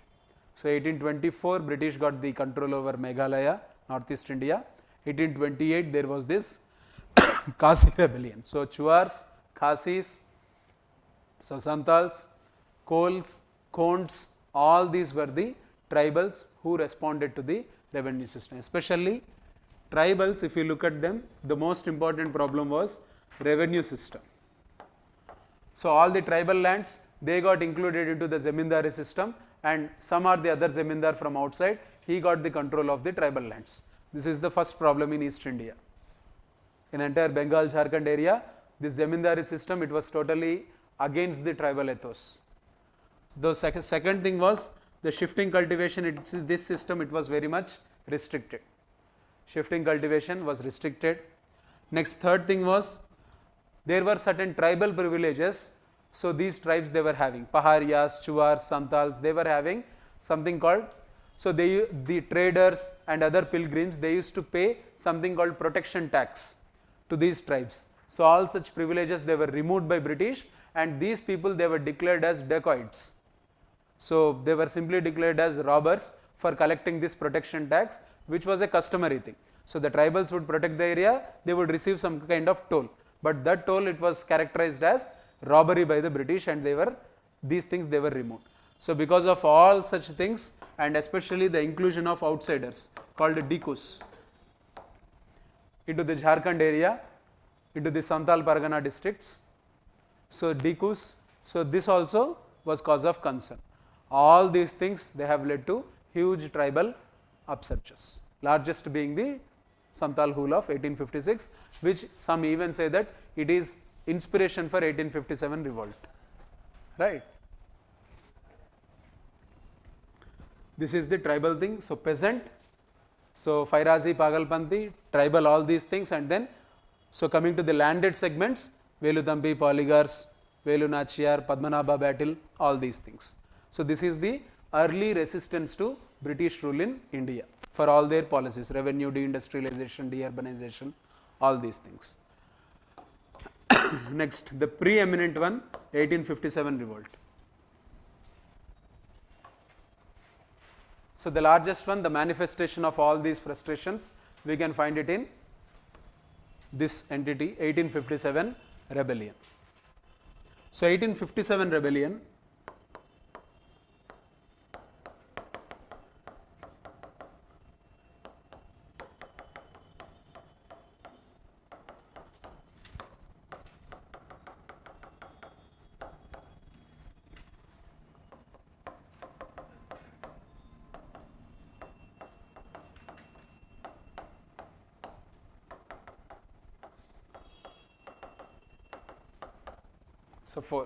so first coming to the social reasons of 1857 rebellion.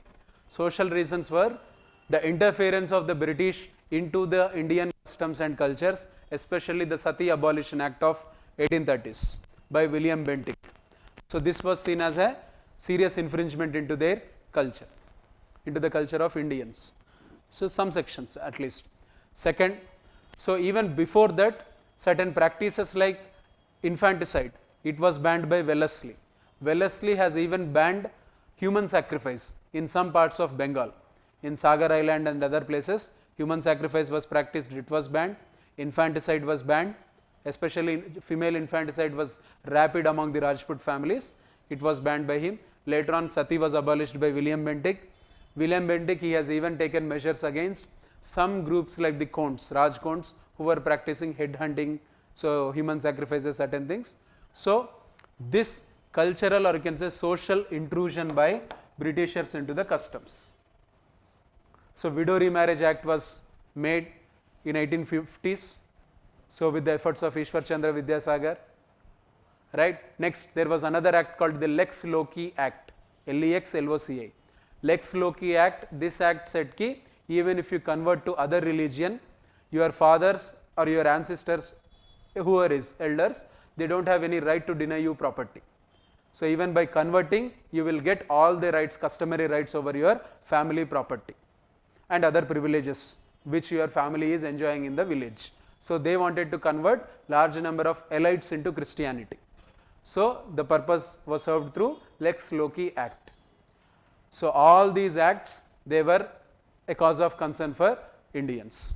So socially, this was the frustration. Coming to the economic reasons, obviously we have seen.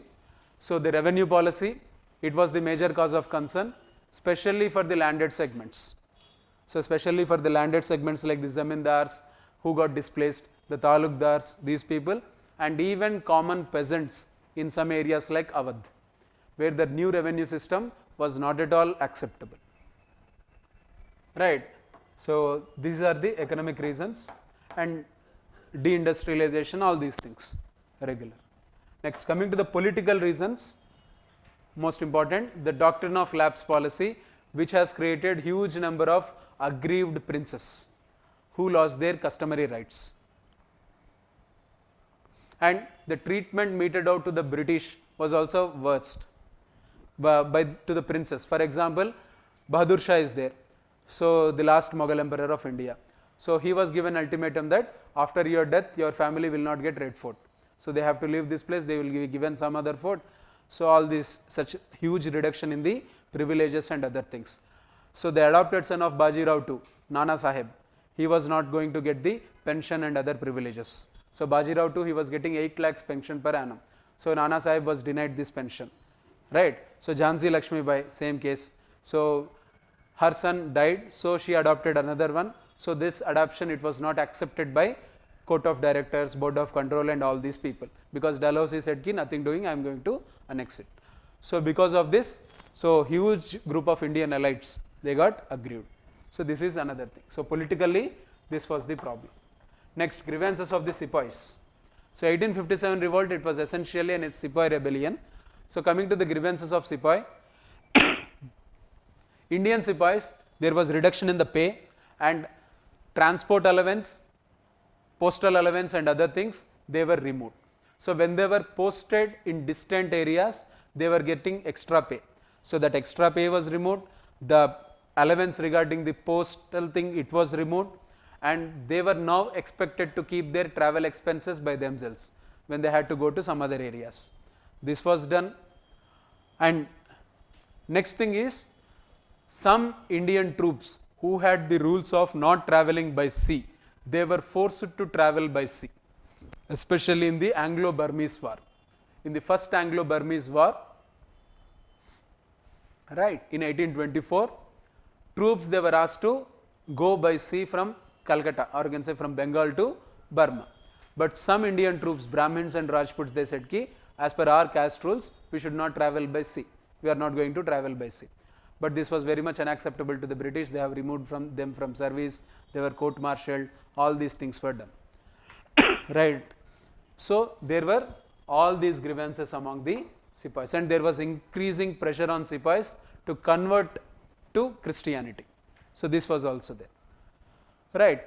All these things were the grievances of the sepoys.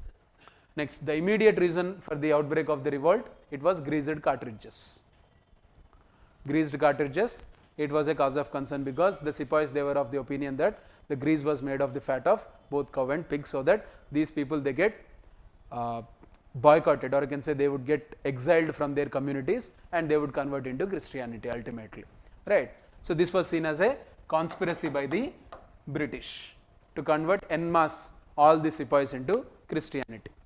So all these were the reasons for the outbreak of 1857 revolt. Coming to the course of events in 1857 revolt. So the first incident was March 23rd, Mangal Pandey. So in Barakpur cantonment, Barakpur is one of the first military cantonments created by the British, Barakpur and Danapur. Okay. So in Barakpur there was this incident of violence by Mangal Pandey. So after that, next huge, it was an individual act of heroism, but the entire upsurge of these sepoys, it happened on May 10th, same date, today itself. So May 10th, 1857, all the sepoys in Meerut, so they were instigated by the Kotwal of the Meerut, Dan Singh Gujjar. So they went on revolt, they broke the this thing, so bill, that is arms store. So they have taken arms, many British, they were killed. So huge mayhem happened in Meerut, the first point of outbreak of mass revolt. So from Meerut, so Barakpur, Mangal Pandey, first thing, next Meerut is the next point. From Meerut, the revolt extended to Delhi. So these sepoys, they have gone from Meerut to Delhi, right? So there they have declared Bahadur Shah Jafar to be the Emperor of India. So they declared their obedience, allegiance to Mughal Padshah. So Bahadur Shah Jafar felt that he has got nothing to lose, so I would accept their request, and he became Emperor of India. So this thing happened in Delhi. So soon when this thing happened in Delhi, in other areas the revolt did catch up, especially in Lucknow. In Lucknow, it was organized by Begum Hazrat Mahal and her son, who was denied the kingdom, Birjis Qadir, because in 1856 Awadh was annexed in the name of Mal administration. So Birjis Qadir, he lost the right of inheritance. So Hazrat Mahal and Birjis Qadir, they have organized the famous Lucknow Residency attack. So Lucknow has become one of the important centers of 1857 revolt. So next, Kanpur. In Kanpur, it was by Nana Sahib. Nana Sahib, he said ki, if emperor is Bahadur Shah, then I am the Peshwa of the country. Right, now I am the Prime Minister of the country, and he took to revolt. So Kanpur. Next, Jagdishpur in Bihar. So here it is Kunwar Singh, the Zamindar of Jagdishpur. He led the revolt, Kunwar Jagdish Singh, you can call, in Jagdishpur of Bihar, southern Bihar, in Arra, these areas, it was him, Jagdish Singh. Kunwar. Next, Jhansi, we all know, Lakshmi Bai. So she organized the revolt. So Bareilly, it was Bhakt Khan. So Bhakt Khan in Bareilly. Next, in Faizabad, it was Maulvi Ahmadullah. So Faizabad, Maulvi Ahmadullah. Alright. So there were other centers also, for example Bagpat. So Bagpat was another center where the Jats, they have revolted and they have started ruling by themselves. Bagpat is another place in western UP. So all these places, they have become the centers of rebellion, and Britishers, they started their efforts against these rebellions, right? So these things happened. There were people like Colin Campbell, was the commander-in-chief of British forces.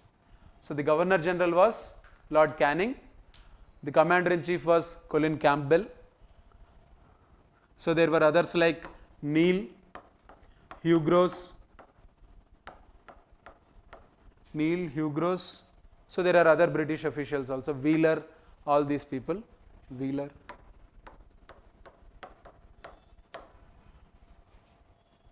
So Neil, Wheeler, there was another one, important one. So all these people, these were the British commanders who have taken up the responsibility of freeing up the cities. For example, Hugh Gross, he has freed Jhansi and Gwalior from rebels. So Neil, he took the campaign towards Lucknow in Awadh. Next, Wheeler, he took the responsibility in Kanpur. So Campbell, he organized the entire operations against the rebels, right? So by 1857, so there was one fellow called Hudson in in Delhi. Hudson in Delhi. So 1857 November, finally the revolt was suppressed. So it was suppressed. So all the Mughal princes, they were shot dead, they were killed in cold blood. Bahadur Shah Jafar, he was arrested and he was sent to Burma, to the prison. Nana Sahib, Hazrat Mahal, Birjis Qadir, they have escaped to Nepal. So they have gone to Nepal, and after that we don't know what happened to them. So Jhansi Lakshmi Bai, she died fighting the battle, right? So fighting against the British troops, she had a valiant death. So Tantia Tope, he was cheated by his own friend Man Singh, a Zemindar.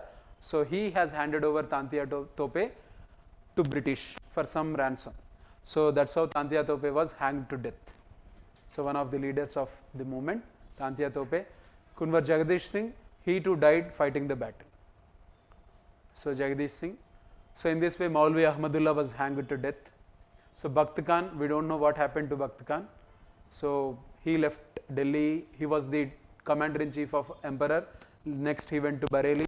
Next we don't know what happened to him. The Britishers couldn't catch him. So this was how the rebellion was suppressed. Fine. So Hudson in Delhi, Hugras, Wheeler, Neil. Yeah.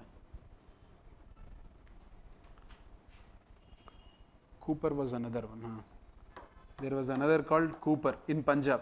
So this Cooper, he saw to it that the movement doesn't get spread into Punjab.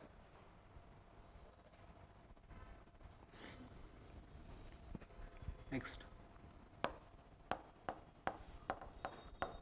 So reasons for failure. If we look at the reasons for the failure, first thing was entire India was not against the British in this revolt. Right. So large parts of West, South and Eastern India, they were free from revolt. So British, they could happily organize their logistics.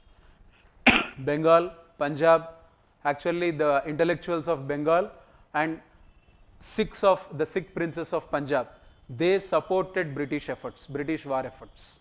Even the Gurkhas of Nepal, they too supported the British. So British troops, they were mostly with the Sikhs and the Gurkhas and some Baluchis and others. So they were the majority of the British troops. So entire India was not against British in this thing. It was essentially a North Indian and Central Indian affair.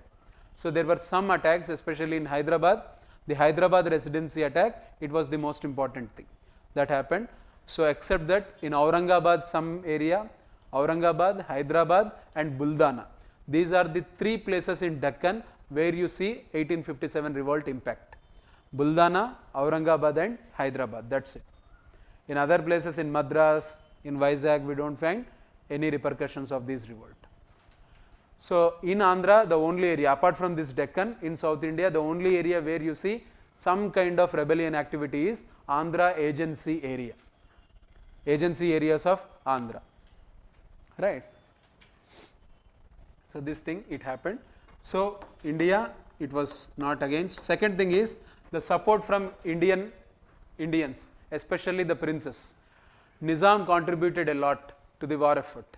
So Nizam, the princely states of East Punjab, Patiala, Kapurthala, Naba, Zindh, especially Hyderabad Nizam. So Salar Jung was the Diwan of Hyderabad then. So he supported a lot. So even certain Zemindars like Burdwan Zemindar and all these people, so they supported the British war efforts. Support from princes and then Zemindars. Next, third reason being the reason, so entire India was not there. So better arms and better communication system of British, and especially so unity of command in the British. Whereas Indian war efforts, Indian rebellion efforts, they were a dispersed activity. So not having proper coordination, communication, not having unity of command. So each one, they were doing things according to their own wish. So there was no unity of command among Indians. So superior arms and communication mechanisms, and there were some conspiracies within which have weakened the sepoys. Best example, the conspiracies by the Mughal family, some Mughal queens against the sepoys. So who were fighting for Delhi, right? So their own masters, they have cheated the sepoys. So because of all these reasons, the 1857 revolt, it didn't succeed, right? This is the thing. So there are two debates in this. One is whether it is a sepoy mutiny or whether it is first war of Indian independence as said by Savarkar. So two views are there. Some they say it is just a sepoy mutiny limited to some areas, but some they say that it is war of independence. So two views of this 1857 revolt. But definitely, so the impact is 1858 Act, Government of India Act 1858, which is also called as Good Governance Act.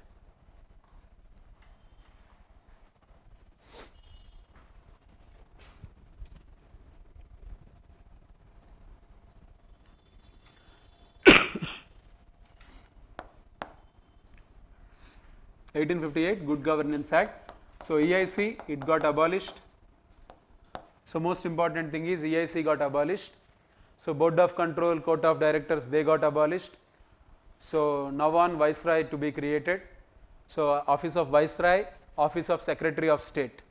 These two things they got created. Viceroy, Secretary of State. These two. Next. Princely states, they got the assurance that they will have full rights of adoption and every other thing. So Britain is not going to hurt the interests of princely states. Right. The assurance has come from Queen Victoria directly. So now Queen Victoria, she has even taken the title of Empress of India. So India, it has become British territory. So all these were significant changes with British directly taking over the control of this entire administration, and this High Commission of India was also created. So Secretary of State would be assisted by one India Council and High Commission of India. These two offices, they would look after Indian affairs, and Secretary of State to be the cabinet minister in the British government, who would be answering all the questions raised by British parliamentarians. So this arrangement, it was made. Right, and even army composition got changed. So now the number of white soldiers to the number of Indian soldiers, it got increased substantially. This was another outcome. And next thing is the segregation part and the racism part, it has increased. So the black towns and white towns, they got created distinctly within the cities, and white towns, they were given more protection. So if ever any revolts and other things happen, the white population to be protected. So this thing was done, and then martial races theory was also invented by the British. Martial race theory, under which some groups, they were declared as fit to fight. Some groups, they were said ki you are not fit to fight. Simple reason being, they wanted to reward the communities that sided with the British. They wanted to avoid the communities who have fought against the British from getting into armed forces. So only martial races to be given the what you can say roles in British Army. So only certain races. So this was how 1858 Act and the later on developments, they did happen. Immediately there was this 1861 Act. Next, after that this Act was followed by 1861 Act. This Act, 1861 Act,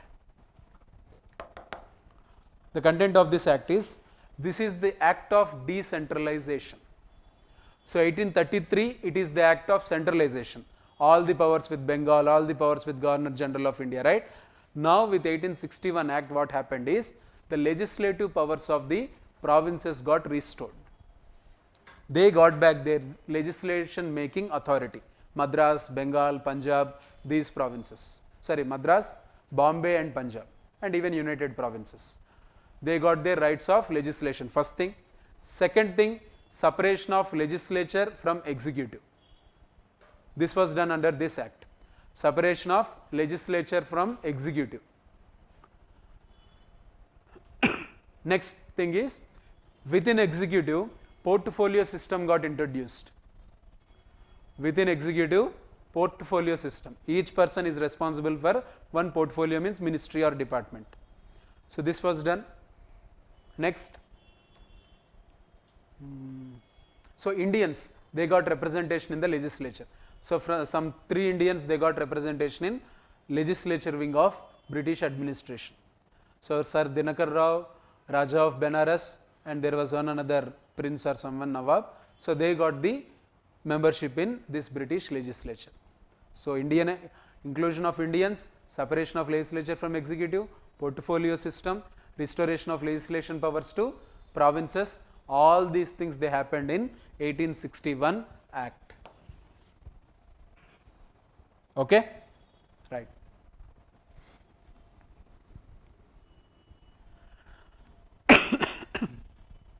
Next thing, now post 1857, the rise in national consciousness. So coming to the pre-Congress,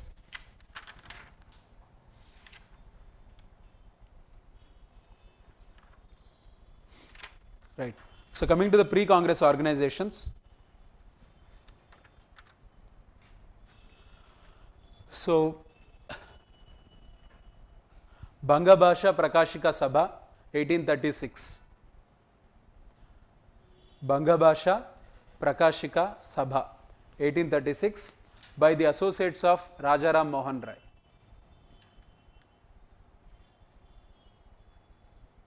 Next, Landholder Society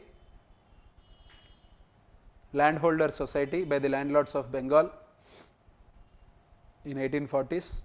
Next,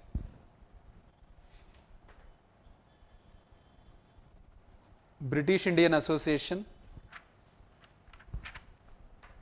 by the same landholders 1851. East India Association 1866, Dadabhai Nauroji, East India Association 1866. The Indian League 1875, the Indian League 1875, Sisir Kumar Ghosh. Next, Indian National Association, INA, Indian National Association 1876 by Surendranath Banerjee and Anand Mohan Bose, SN Banerjee and AM Bose, 1876. Pune Sarvajanik Sabha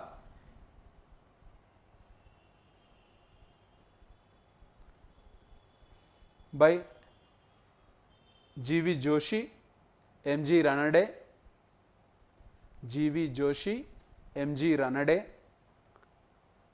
Right. Next, Bombay Presidency Association. So Pune Sarvajanik Sabha 1867, Bombay Presidency Association 1885 by Firoz Shah Mehta, K.T. Telang and Badruddin Tyabji. Next one, Badruddin Tyabji.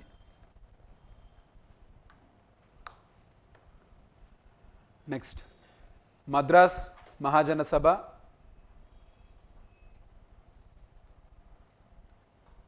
Anandacharlu, Madras Mahajana Sabha 1884, Anandacharlu, Subramanyam Iyer, Veeraragavachari. And there was another one also, Madras Natives Association, Madras Natives Association by Gajula Lakshmi Narasimha Chetty. So G. Lakshmi Narasimha Chetty. So Madras Natives Association. Right. Lakshmi Narasu Chetty. Lakshmi Narasimha Chetty or Lakshmi Narasu Chetty. So these were the people. So all these were the pre-Congress association. What were the objectives? Coming to the objectives of these pre-Congress associations, first and most important one is representation of Indians in policy making. So representation of Indians is the first. Second was Indianization of administration, civil services reforms. So Indianization of administration. Next, these people, they were against racism. They wanted equal treatment between the British and Indians, against racism, completely against racism. Next, they were for reduction on the expenditure on armed forces. So representation, Indianization of administration, against racism, and reduction on the expenditure on armed forces, so that that expenditure can be made on education, irrigation, capital formation and all these things. So reprioritization of budgetary allocations, you can simply write. So reallocation of budget, and then creation of awareness among people on social evils and other such things. Awareness creation is another thing. So they were even fighting for the rights of indentured labor, plantation labor, all such people. So they were even fighting for the rights of the first generation entrepreneurs. Those were setting up cotton textile mills and jute mills in India. So first generation entrepreneurs, they too have received support from all these organizations. But coming to the negatives of this organization, first problem with these organizations are they are extremely elite by super rich of the society, right? They were not having any kind of ground level connect. So they were all highly educated, rich and disconnected with the masses of India who were extremely poor. First thing. Second thing was that, second problem with them was they were not believers of the mass mobilization. They never trusted in the masses of India. So they felt that this is all the task of educated, masses should not be involved. This was their second weakness, right? So third problem with them is most of them, they were into British offices. They were taking up the offices offered by the British as part of, you can call it as legislative councils, you can call it as municipal boards, you can call it as prosecutor positions, anything. So they were very much in British service, right? Most of Firoz Shah Mehta, for example, he was a government lawyer. Dadabhai Nauroji, he contested and became MP in Britain, right? So all these things. So they were very much with the British. So they had stakes in the British rule. That was the problem. So with these problems, but pre-Congress associations, they did try to create some kind of political awareness within India, right? But they were not completely political in nature as such. They were all pressure groups, some kind of NGOs and pressure groups. But with creation of Indian National Congress in 1885, the entire aspect of what we call it as politicization of Indian society, it got created. Organized political activity, it got started.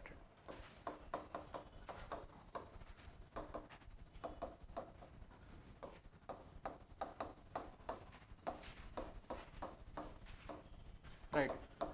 So socio-religious reform movements. So the first one we can say is Henry Vivin Desrosiers, who started this Young Bengal movement. So Henry Vivin Desrosiers. So he was an Anglo-Indian. So he was working as a lecturer. So he wanted to promote these ideas of what you can say freedom of thought, independence of expression and all such things. Among the youth of the Bengal, he was against social inequalities, evils and all such things. But so this movement, it collapsed very shortly because of their radical ideas. So these people, they were drinking, consuming beef, doing all such things. So it didn't gain much traction with the people. And next, Desrosiers, he died very young. So that movement, it couldn't sustain for long. So next, Rajaram Mohan Rai. So Rajaram Mohan Rai, so he was from one of these educated sections of Bengal society. You can call him as a typical Bengali Bhadraloki. So this person, he even worked as envoy of Mughal Emperor Akbar II. So Akbar Shah, or I can say Akbar II. So he was requisitioning for increase of pension and other such things with the British Empress. So Rajaram Mohan Rai, he even acted as envoy of Akbar II. So he gave the title Raja to Rajaram Mohan Rai for his services to Mughal Empire. So this person, his activity, it is related to Sati abolition. Next, it is about creation of this Brahmo Samaj.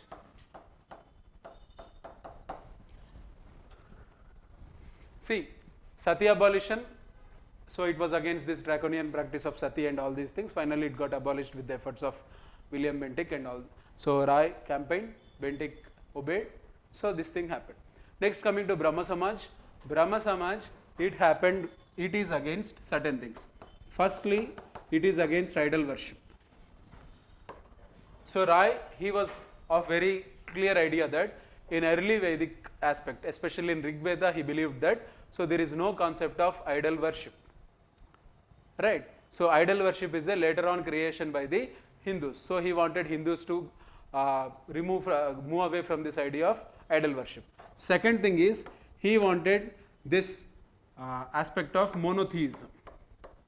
So polytheism to end. He wanted Hindus to worship something called Brahmo, the universal material. Right, Brahmo to be worshipped, not these pantheon of so many gods. So these two things were popularized, and other things like so simple marriages, all the other things. So no to social evils, equality in the society, all such things they were popularized by Rajaram Mohan Rai. Right? So this is the thing. Next. So he wrote certain works like Percepts of Jesus. So published newspapers like Sambandh Kaumudi, Brahmanika, these were the newspapers by him. So Tattva Bodhini Sabha, Brahma Samaj, they were the organizations by him. And there was another one called Atmiya Sabha.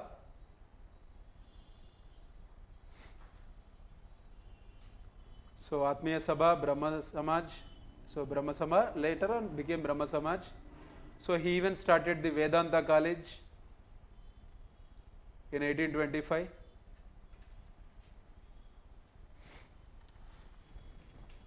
Right. So these were the things by Rajaram Mohan Rai. Rajaram Mohan Rai, he supported certain movements in Italy, in South America, in all these places. He did support those movements. He was some kind of internationalist. And Rajaram Mohan Rai, he was for administrative reforms. He was for tax reforms. But he didn't live long to campaign for tax reforms and administrative reforms. So this was the activity of Rajaram Mohan Rai, who is given this title of Father of Indian Renaissance. So Father of Indian Renaissance. So that title is given to Rajaram Mohan Rai. Right? No, Akbar gave the title Raja. So we call him, later on freedom fighters and others, historians, they call him the Father of Indian Renaissance. Right. See, in this context, we need to look at the Orientalist versus Anglicist debate in British circles. Orientalist versus Anglicist debate. Orientalists were those people within the British community who wanted to rule India like Indians, who wanted to respect the Shastras and other things that are present in India. Right. So Asiatic Society by William Jones is the best example of this Orientalist school of thought. This Orientalist school of thought, it was very strongly supported by Warren Hastings. Right. So translation of Bhagavad Gita, foundation of Sanskrit College in Benares, right, and then one Muslim university in Calcutta, madrasa kind of thing in Calcutta. So Calcutta Madrasa, Benares College, Sanskrit College, translation of Bhagavad Gita, all these works they were done by the Orientalists. Right. Asiatic Society. Anglicists, this school, it didn't want to, it wanted to rule Indians like British. They wanted to introduce English education, they wanted to introduce modern science and various other aspects, the thoughts and other things of Europe into India. They were Anglicists and they got huge support from William Bentinck. Right, these people, so Warren Hastings, these people, William Bentinck. So in these people, Anglicists, the most important one is Macaulay, Thomas Babington Macaulay, T.B. Macaulay, who was the first chairman of Law Commission and he even headed the Education Commission. Right. So Macaulay Minutes on Education, they are very popular. So he is known for this entire concept of English education, Europeanized system of curriculum and all these things in India. So Anglicists, and there was others like Max Muller and others. So here Asiatic Society, William Jones, Warren Hastings. Here it is. So these people like Macaulay, William Bentinck, and Rajaram Mohan Rai and others, they used to support the Anglicist school. Okay, Anglicists were supported by this Rajaram Mohan Rai. So this is about the Orientalist versus Anglicist controversy. Now, next reformer after Rajaram Mohan Rai is Devendranath Tagore. So he started Adi Brahma Samaj in 1866.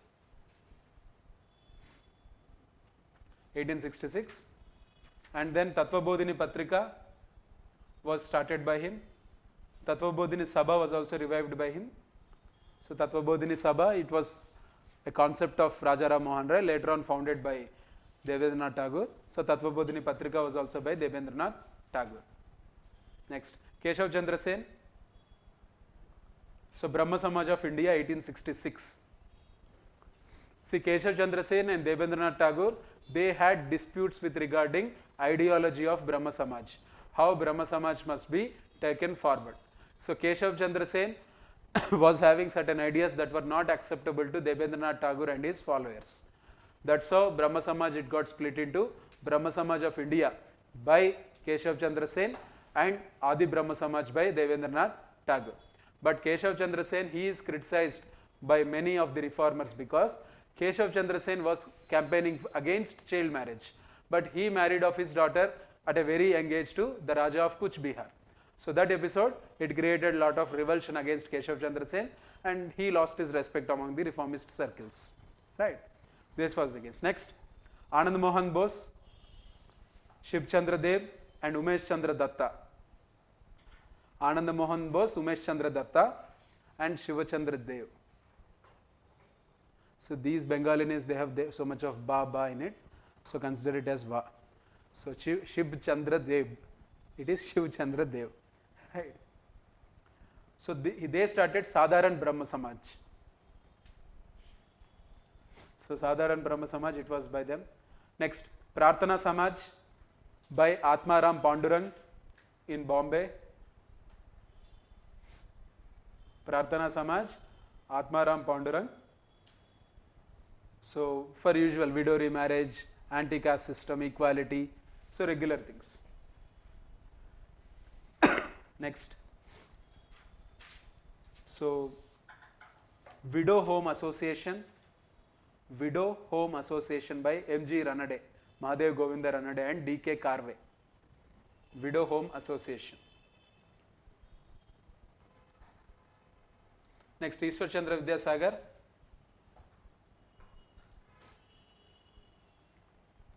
So he was for women education and widow remarriage. So he has even written this book called Bahu Vivah. It is Bahu Vivah, which means polygamy. Okay, Bahu Vivah or Bahu Vivah. Right. Next, 1854, the Widow Remarriage Act, it got passed because of the efforts of Ishwar Chandra. Next, Bal Shastri Jambekar. He started Digdarshan, an organization called Digdarshan. Sorry, not organization, it was newspaper. Digdarshan and Darpan. Next, he started Bombay Native General Library. Right. So he was for scientific education and inculcating these science principles in Indian society. Next,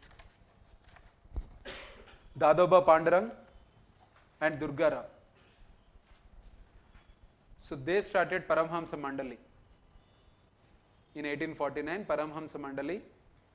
So it was for reform in Hindu religion. So Dadoba Pandurang.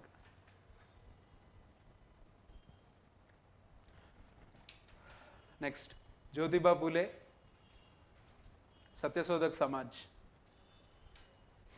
Satyasodak Samaj. He wrote the famous book Gulamgiri. So he was for two things. He was in complete opposition to Brahmanical supremacy in the society, and then he was for upliftment of women and widows. So Jyotiba Phule and his wife Savitribai Phule. Next, Lokahitvadi Gopal Hari Deshmukh.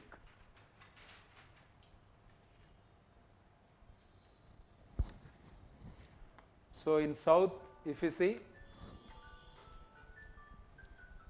in south, Narayana Guruswami of Kerala. So he was the one who started SNDP, Sri Narayana Dharma Paripalana movement. Next, Vakaliga Sangha of Mysore. Vakaliga Sangha of Mysore. So they fought against Brahmanical supremacy. Next, Justice Party movement, important movement of South India. C.N. Mudaliyar, T.M. Nair and P.T. Tyagaraja. Nair, Mudaliyar and Tyagaraja. So So they were against Brahmanical supremacy. Next, E.V. Ramaswamy Nayakar self-respect movement. These things, they are usual. So all these are important organizations in East India, especially in East, West, and then in South, they got started. Right. So it is Bengal, Bombay, and then Madras. In these three places, the reform activity was active. Later on, this reform activity, it went to Punjab. For example, Dayananda Saraswati. So Dayananda Saraswati, he started Arya Samaj in Punjab. Right. So later on, Punjab and UP, they got the touch of this reformism. So if you look at this social reform activity, first it was for women, second it was anti-Brahmanism. Justice Party, Jyotiba Phule, all these people, they were against Brahmanism, second stage. So the criticism on this first stage and the second stage of social reform activity is that these activities, they were very much influenced by the English ideas, they are not rooted in Indian soil. This is the first criticism. The second criticism about them is that they are not looking after the grievances of lower castes, especially untouchable sections. So extremely backward classes and lower castes, they were not at all taken care of by these people. So they were only taking care of their own women who were suffering, and then they were fighting for their rights, for the rights of certain agrarian communities. For example, Justice Party movement, the movement of Jyotiba Phule. So they are criticized that they are movements of dominant agrarian groups fighting against Brahmanical supremacy for their own power. So they are not fighting for the real empowerment of all the sections of the society, especially the EBCs and Dalits. Right. So this is one thing about the social reform activity. But the impact of this social reform activity, Sati Act, Widow Remarriage Act, and then with Wood's Dispatch of 1854. So women also got it.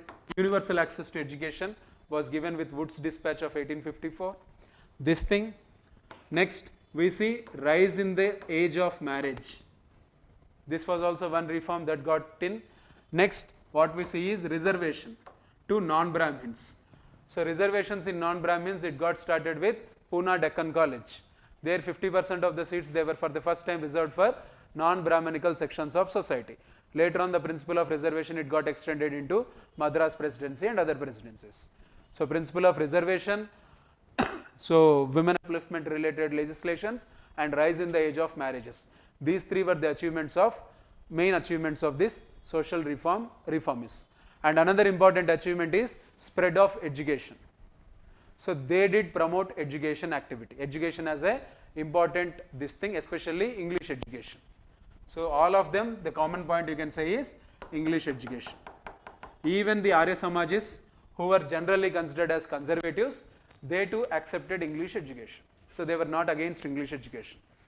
So these were the first, or you can say till 19th century. So these were the organizations, or early 20th century, they were the organizations that got created. So next, apart from these organizations, we have certain things like the revivalist movements. These were all reformist movements essentially. There were certain revivalist movements. For example, Arya Samaj. You can call Arya Samaj movement as a revivalist movement because it wanted to revive the ideas of Rigvedic era. It wanted to promote Hindu ideals in the society. It wanted to reconvert people back into Hinduism. So it said that many people, they got converted into Islam during medieval times, we would reconvert them. So this kind of Vapsi into Dharam. So this was started by them, Garvapsi kind of thing. It was started by them. Right, they started this entire thing called Goraksha movement. So cow protection movement was also started by Arya Samajis. That led to communal rights in 1890s. Right, they have also promoted Sanskrit language and certain traditions and all these things. So this was about revivalists. First one is Arya Samaj. Second, we have Radhakanta Dev. So Radhakanta Dev, he started an organization called Dharma Sabha in 1830. In 1830 itself, he started Radhakanta Dev Orthodox organization. So that was against the activities of Rajaram Mohan Rai and these people. So that is another revivalist movement, right? So revivalism, and you can trace revivalism even in Hindu Mahasabha activity to some extent, not fully. Hindu Mahasabha was also to some extent revivalistic. Hindu Mahasabha, it was originally created in 1907, but later on it was relaunched, relaunched in 1920s and 1930s, right? So Hindu Mahasabha was strongly for one thing. They were against untouchability, they were for entry of untouchables into temples, but in all the other aspects they were revivalist in tradition, right? These were the things. And another thing, if you add revivalistic thing, Ramakrishna Mission. So Ramakrishna Mission, or the thought process of Ramakrishna Sharada Devi, that was popularized by Vivekananda, right? So Vivekananda, he was the one who started off this entire idea, you can say, cultural nationalism. That was later on popularized by several Hindu organizations like RSS and others, but this concept of cultural nationalism or spiritual nationalism, it was popularized by him with this Ramakrishna Mission. So he attended the 1893 Chicago All Religious Parliament. He popularized Indian thought in Western societies in Europe, everywhere. So then he came back to India, started this Ramakrishna Mission with the support of several princes, zemindars. He toured the entire country. So he tried to create this, he wanted to match Indian spiritualism with Western materialism. He said ki Hindus, they are spiritual, that is fine, Indians, but they must also adapt to the materialism of Westerners, only then success would come to India.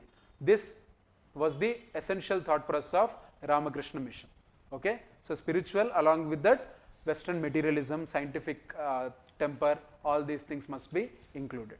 And Vivekananda was staunchly anti-casteist, right? So this is about the revivalistic movements which had reform component in them to some extent, or in some cases to a great extent. So reform organizations and then revivalist organizations.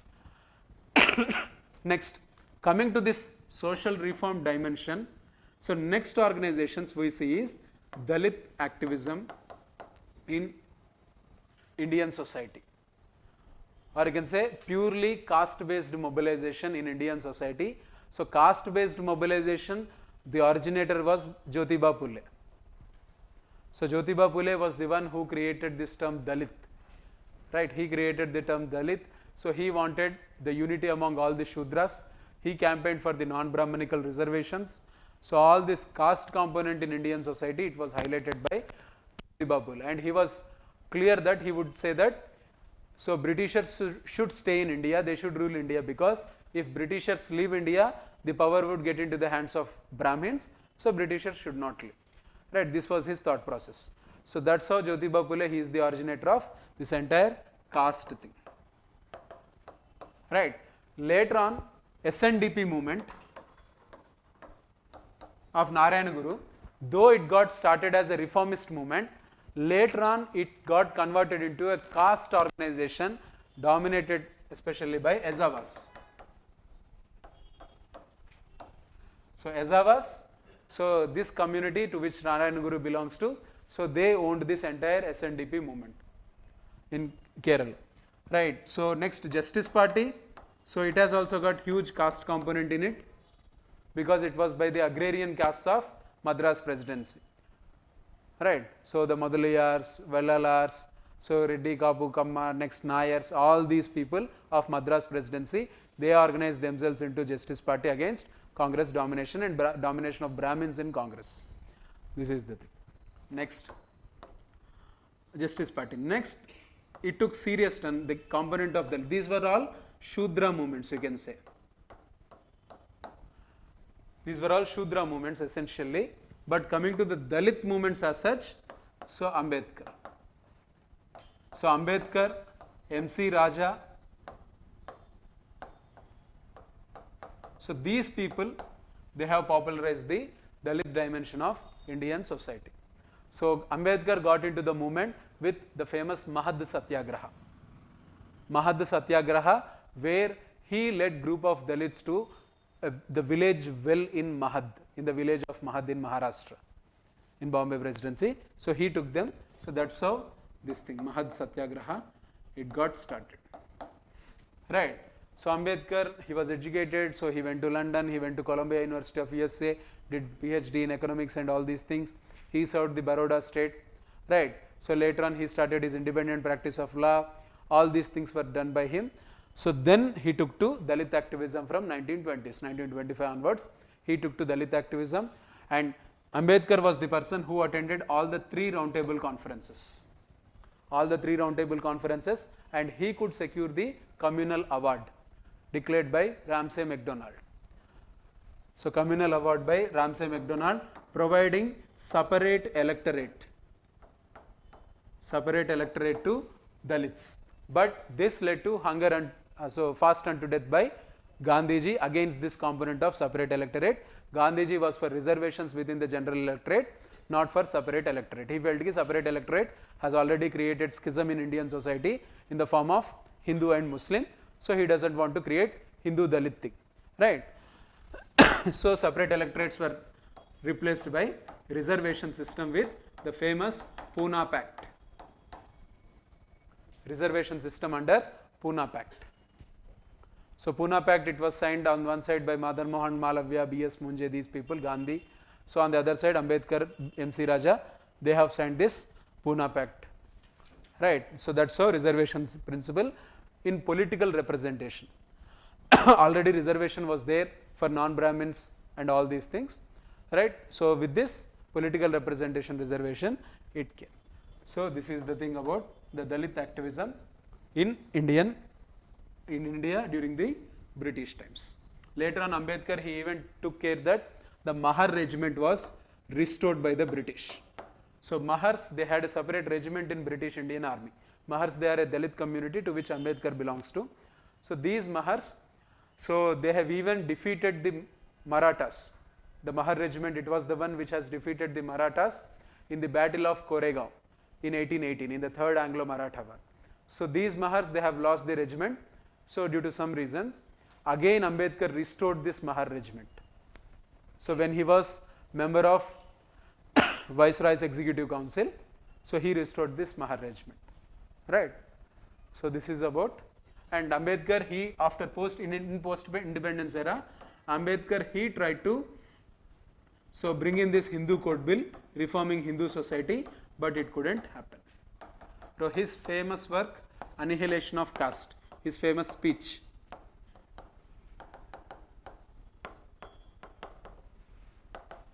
So Independent Labour Party, Bahishkrit Bharat, so there are several other things, Republican Party, so many organizations, they were started by Ambedkar. There is a list, so go through the list, revise that list, it is of importance.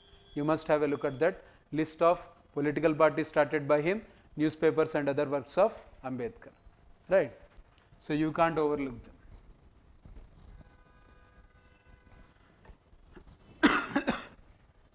So this is the thing, and this Panchtirath project of Ambedkar should also be revised by you. So 5 places of importance during the life of Ambedkar, they are getting revived, they are getting renovated by Government of India and Maharashtra government. I think birthplace, London University, this thing, birthplace Mahad, his death place Nagpur, and there is another place.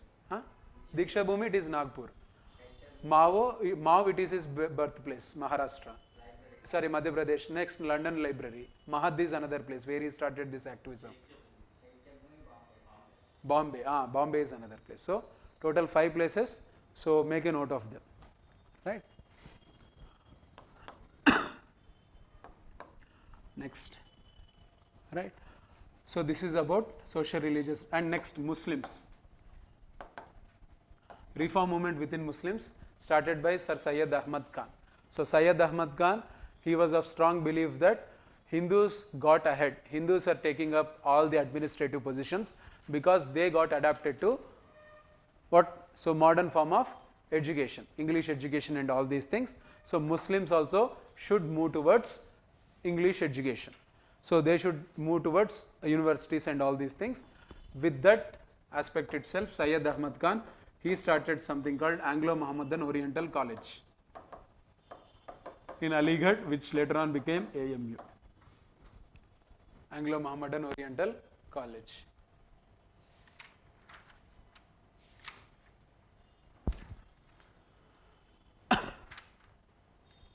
So this was the one. Next. So he started a magazine called Tahdib ul Akhlaq. Tahdib ul Akhlaq. It was the magazine started by him. So he was the one who propounded this two-nation theory for the first time. So two-nation theory for the first time, it was by Syed Ahmad Khan. Right, later on it was taken ahead by Jinnah and others. On both sides there was this proponents of two-nation theory. So this is about Ahmad Khan. Next, Ahmadiyya movement within Muslims.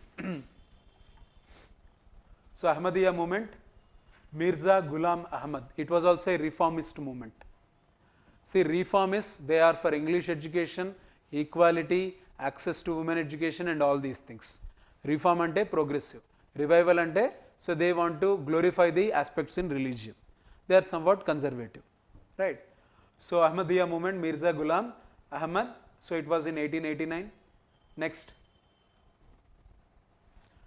We have this Wahhabi movement by Abdul Wahhab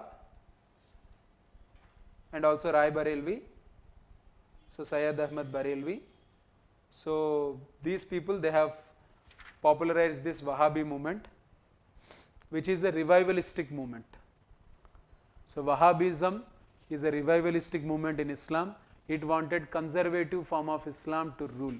It wanted Muslim rule across the areas. So it was started in West Asia. Later on it entered into India in the province of Punjab. In Punjab it became popular. Later on this Wahhabi movement, it gained ground even in Hyderabad also. Right. But these Wahhabis, they were finally suppressed by the British. Right. So Karnul Nawab, one of the Nizam princes, they were all with this Wahhabi movement, but they were all suppressed, they were all rooted out. So it was seen as a serious threat by the British for their rule. Right. So some even believe that Wahhabi movement is the precursor of global Islamic terrorism also. Right. This is the thing. Next. So Deoband school. So Deoband school, it was by Muhammad Qasim Nanotawi and Rashid Ahmad. Muhammad Qasim and Rashid Ahmad.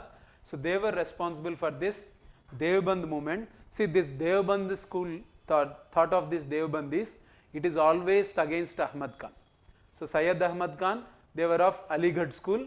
This Deoband school, they were always against the Aligarh movement. They used to believe that Aligarh movement, it is spoiling Muslims. It is teaching, it is asking them to move towards modernization, westernization. So what these Deobandis, they used to feel ki, they must go against this Aligarh movement. So Aligarh movement versus Deoband movement is one important dimension in Muslim reform aspects. Right. Next. Right. So in Parsis, Rashnumai Mazdayan Sabha. So Rashnumai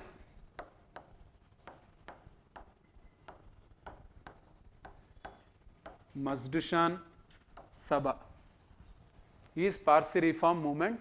So Parsis, they were, you can say, totally modernized, totally westernized community of India. So they did purge all the unnecessary evil practices in their religion. It can be women discrimination, non-access to education and all that.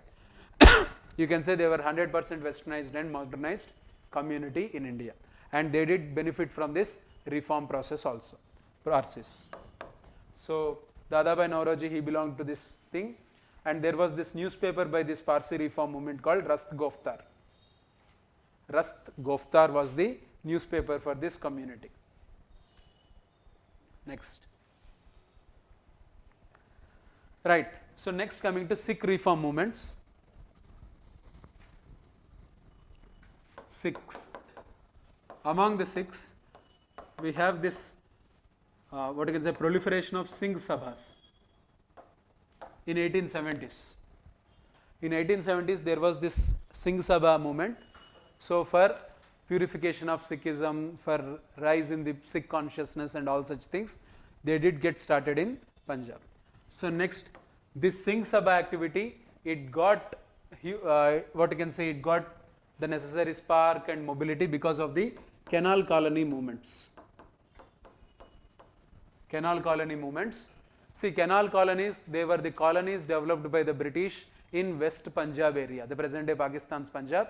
They have developed irrigation facilities in that area, and they have asked Sikhs to move to that area to cultivate those lands. So they were the highly taxed lands, they were the most fertile and well irrigated lands of entire Asia. But here the British wanted to rise the taxation further. They were already collecting something like 40%. They wanted to make it something like 50-55%. So there was canal colony movements. In these canal colony movements, Singh Sabhas, they have played a significant role.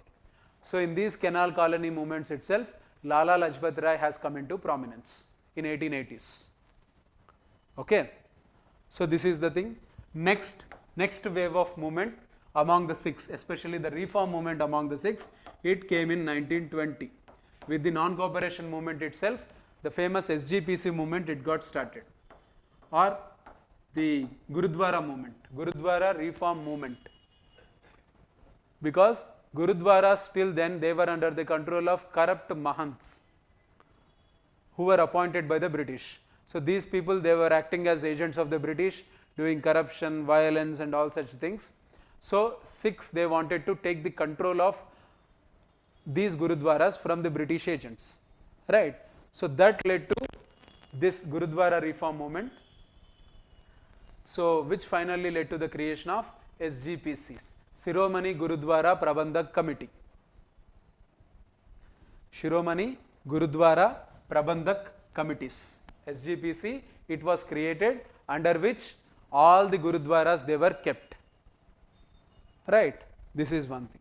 So later on, what we see is, we see the rise of Akali Dal as a political movement among Sikhs.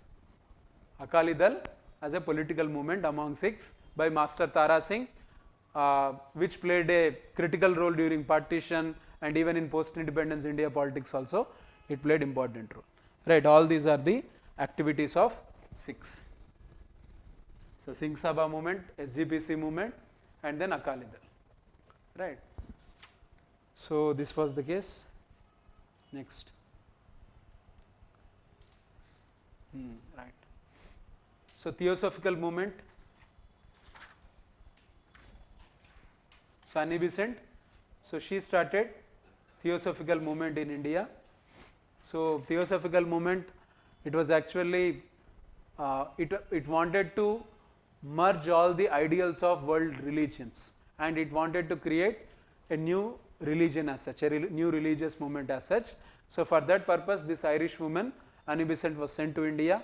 So she stayed in India, but later on she got into political movements of India, right?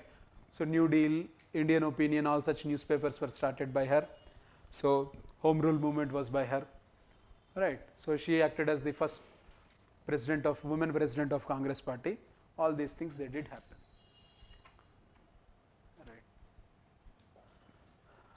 right? Now,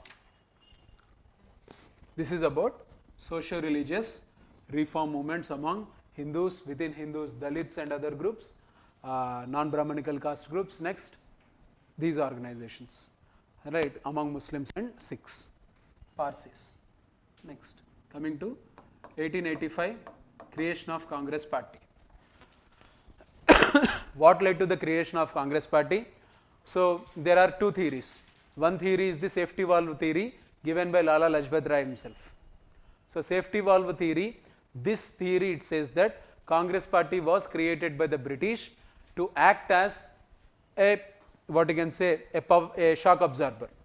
So whenever any revolt would happen, so they didn't want an 1857 kind of situation to happen again in India. So to prevent such situation, they wanted to create a safety valve through which all the pressure, all the frustration of Indians would be vented out. So that was Congress party. This is the safety valve theory, but this safety valve theory, it is not accepted by many actually, because it doesn't provide any proper evidence, right, against this thing. So 1885, this was created, and the other theory, it says that it is that Congress party, it was created because of the extreme racism of the British, especially the policies of Lord Lytton. the policies of Lord Lytton, it has prompted the Indians to go for political organization. This person, Lord Lytton, so he was known for his conservative policies. He was known for his conservative policies, especially conducting the Darbar.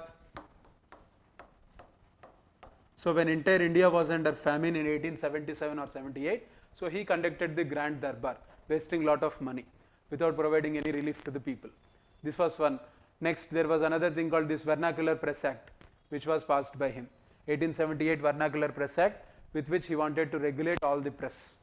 Right. So Amrit Bazar Patrika, all such newspapers, important ones, they had to shift to English from Bengali. So this is Vernacular Press Act. And then other racist policies and other such things by Lord Lytton, they are the reason. And during the times of Lord Ripon, there was some kind of relief, but the Ilbert Bill policy, it has created lot of revulsion among Indians. So Ilbert Bill was nothing but, so Indian judges can try the Europeans, that's it. Indian judges, they can sit in the trial of the Europeans, but Europeans, they were against it. They felt that Indians are inferior to us. How can an Indian judge sit in the trial of European? So for them, a European criminal is much superior than Indian judge. So with this attitude, they said no for Ilbert Bill. So that has exposed the serious levels of racism that were present in British. So all such things, they made people to go for creation of a political organization in 1885. So Lord Dufferin, so he criticized the creation of Indian National Congress so heavily. So he called them disloyal Babus, seditious Brahmins. So all such kinds were called out for the creation of Indian National Congress. Right. So it was dubbed as a Hindu organization, a Brahminical organization. They were called as microscopic minority. So all such terms were used for them. So 1885 till 1905. See, one thing I want to remind you is socio-religious reform movements, more and more number of movements, they are getting added each and every year. Each and every year, more organizations, more newspapers, they are getting added. So you must be careful. So read as many as possible, or you can say revise as many names as possible, so that it would help you to eliminate the wrong options. I won't say you will be able to identify the right things. That is still a difficult thing, because UPSC would find some organizations from somewhere. At least you would be able to eliminate the wrong ones and you would approach the right ones, probably right ones. Okay? So revise properly the organizations and newspapers. The list must be repeatedly revised. So just like you do the revision of cold winds and all such things in geography, you have to do the same thing for the list of organizations and newspapers in history. Regular revision is required. Next.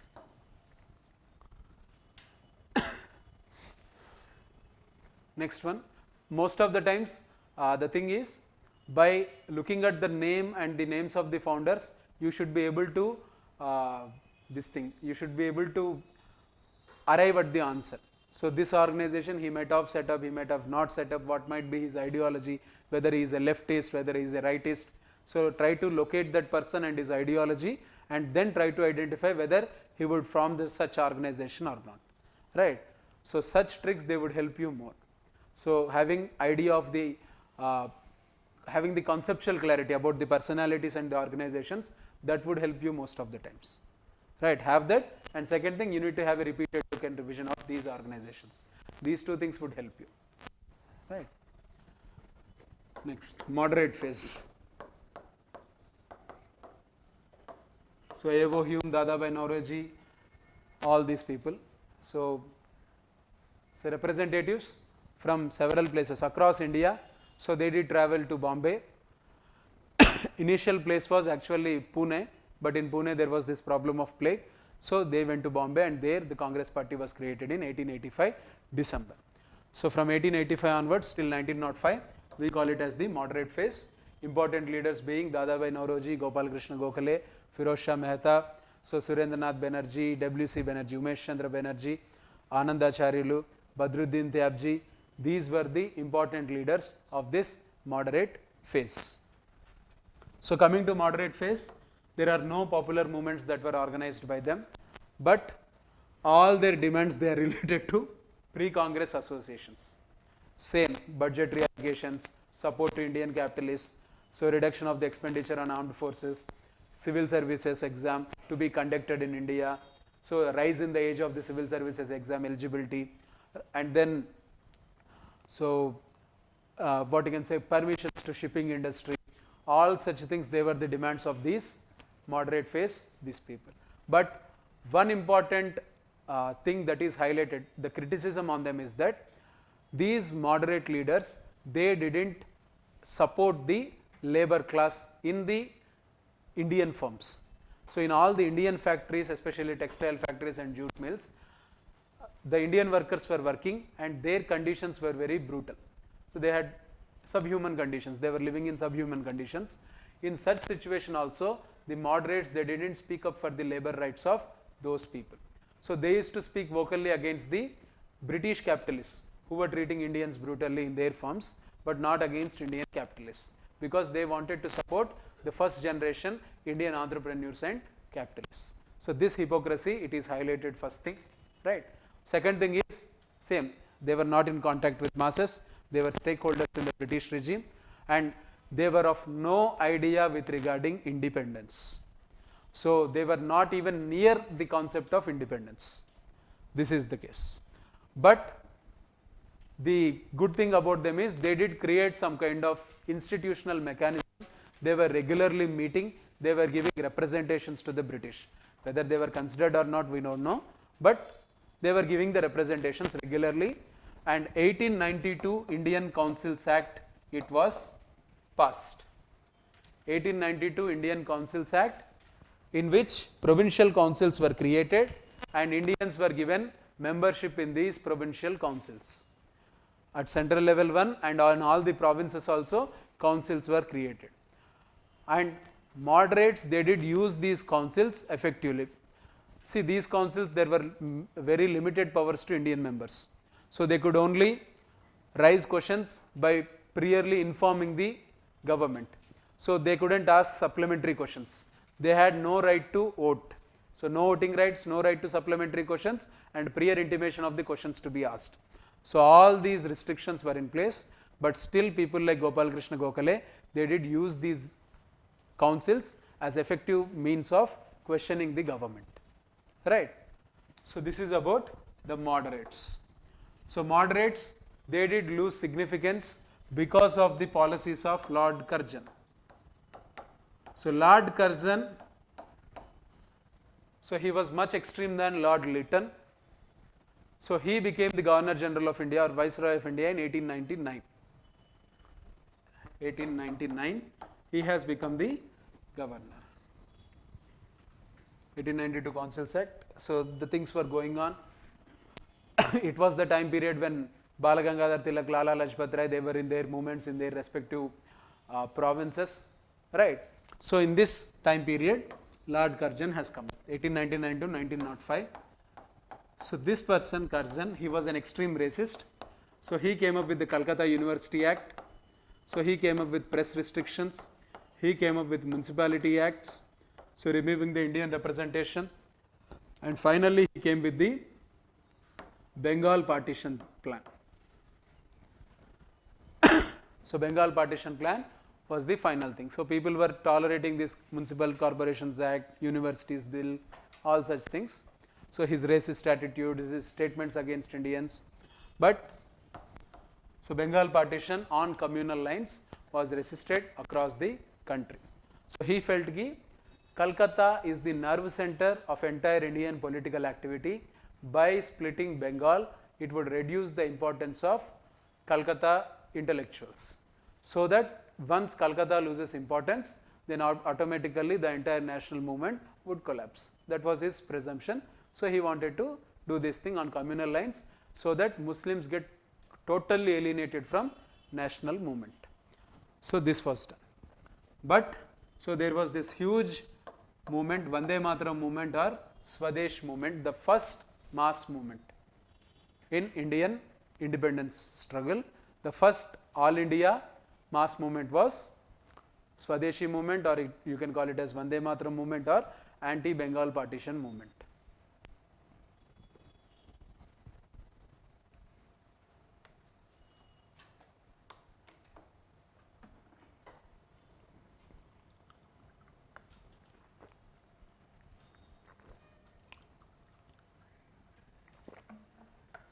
Right.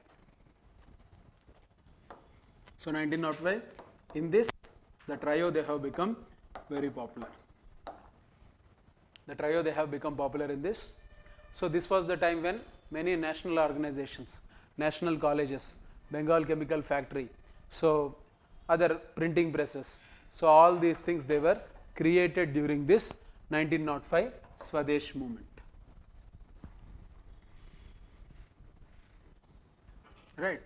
So in 1905, so the creation of national organizations, it is an important phenomenon. So people were sent to Japan, they were sent to Germany to learn about printing technology, to learn about chemicals, right? So they wanted independent factories to be created without British support. They wanted to take the support of other countries which got developed without British support, right? All this consciousness it did develop. So second thing is, what we observe is women participation in large number. So women, they have participated in large number, and first time students, they got heavily politicized. So many, they took admission in these national colleges that got created. Student political activity did increase, and Bengal national movement, it was what you can say, it did give huge boost to the revolutionary activity. Revolutionary activity in Bengal especially, revolutionary activity did increase because of this Vande Mataram movement. So all these are the plus points of this movement. But the negatives of this movement is that, so it was highly communal in content. So it was having lot of religious slogans. So so nationalism was dubbed to be Hindu nationalism. Many Hindu symbols, motifs, they were all used by the national leaders. The speeches were also communal in content.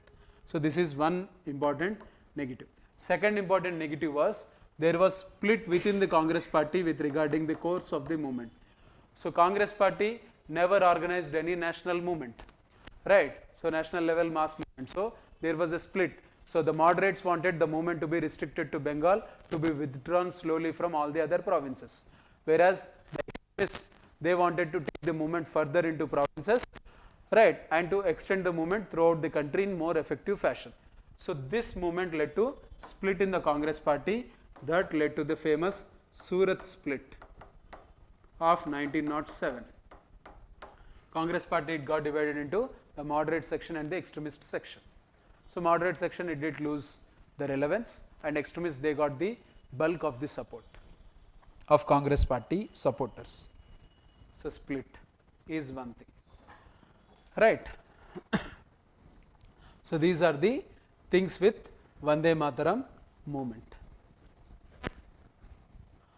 So finally, the partition plan, it was annulled in 1911, and the partition, the Bengal partition, it did happen on language lines. Instead of communal lines, it was did on language lines.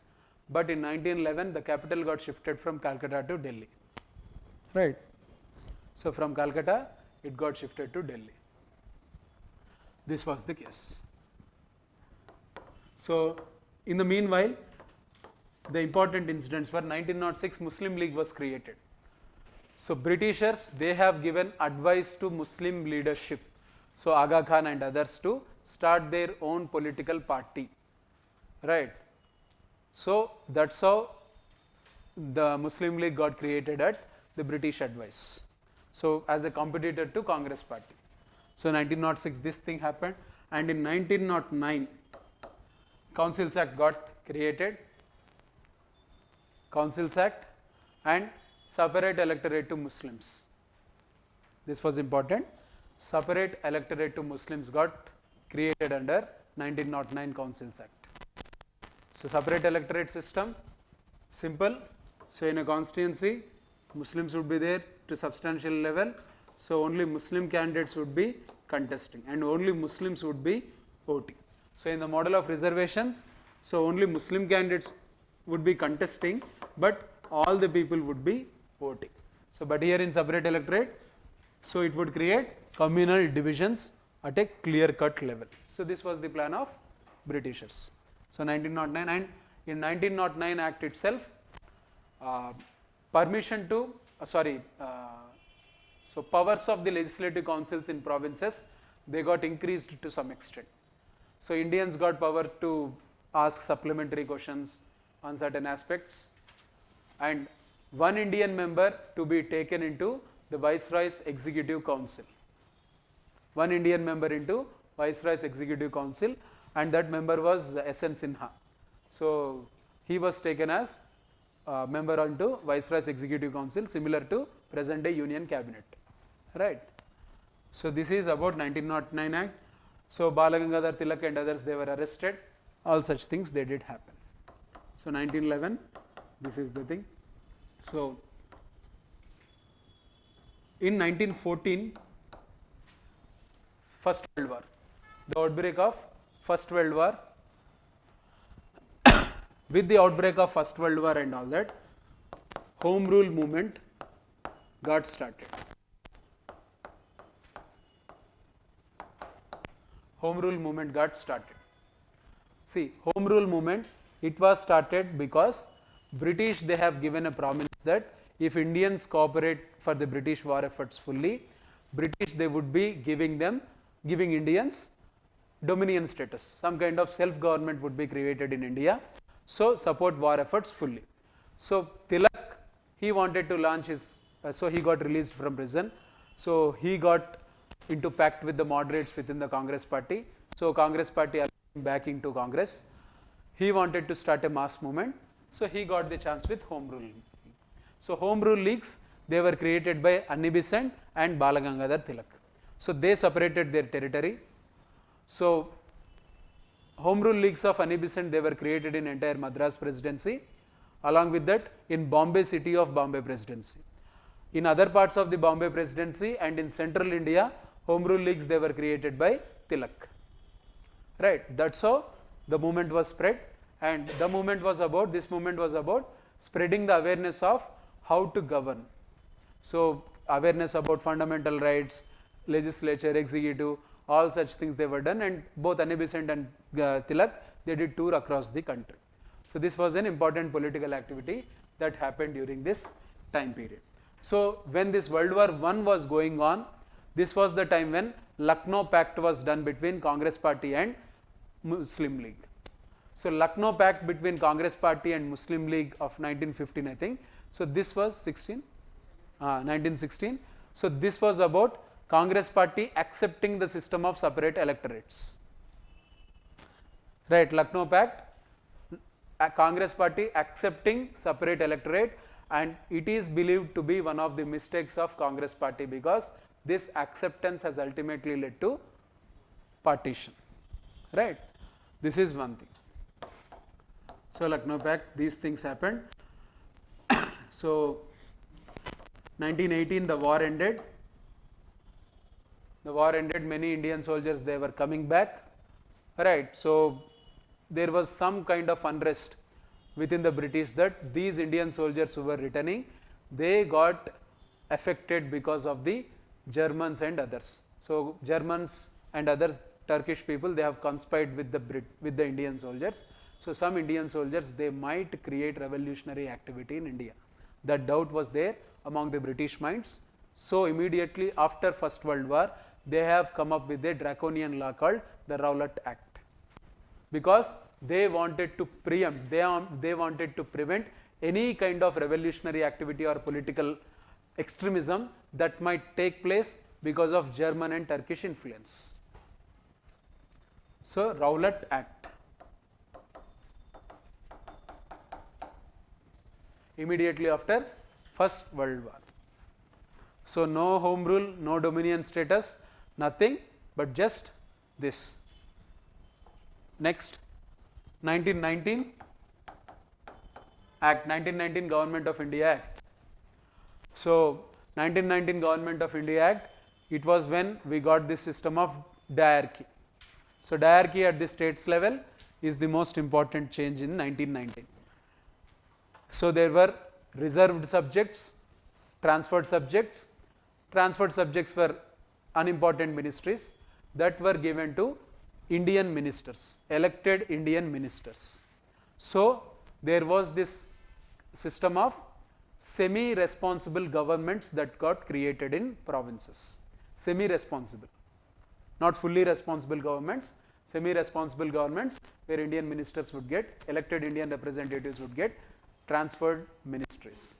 And next thing is extension of the principle of separate electorates to Anglo-Indians and other sections of Indian society.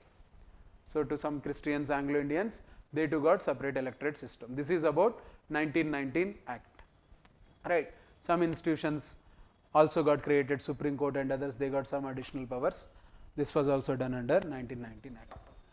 So now we see with this 1919 thing and all that, so 1905 till 1919, it was the phase of extremism in Indian politics.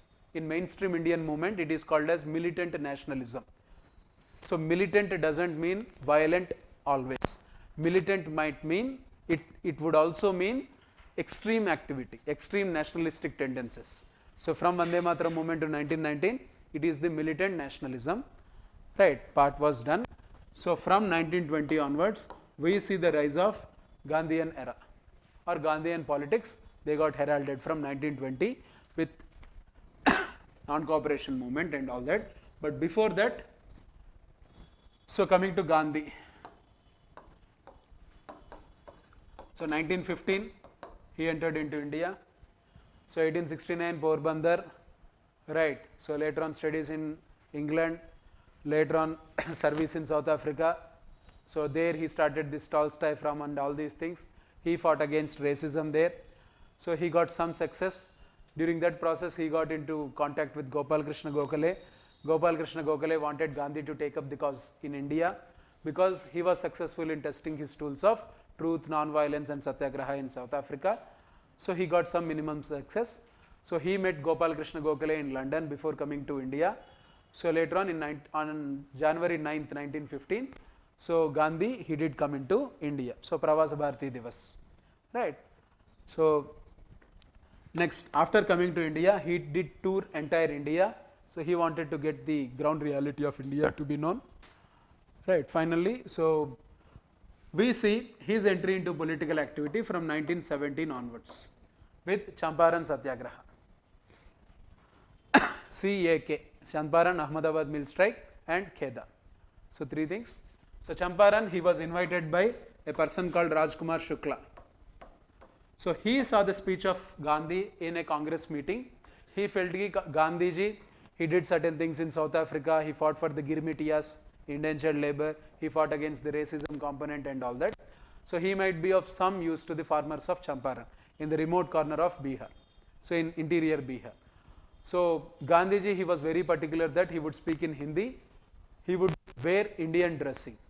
So all the other Congress leaders, they were wearing Western dresses and all that, suits and all that, and they were speaking in English.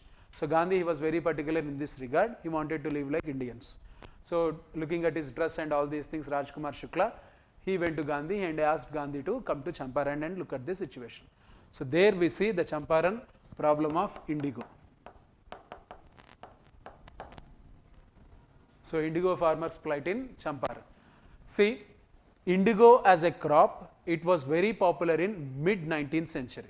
So even in entire 19th century, it was a very popular crop, right. So it was introduced in the fertile parts of eastern India.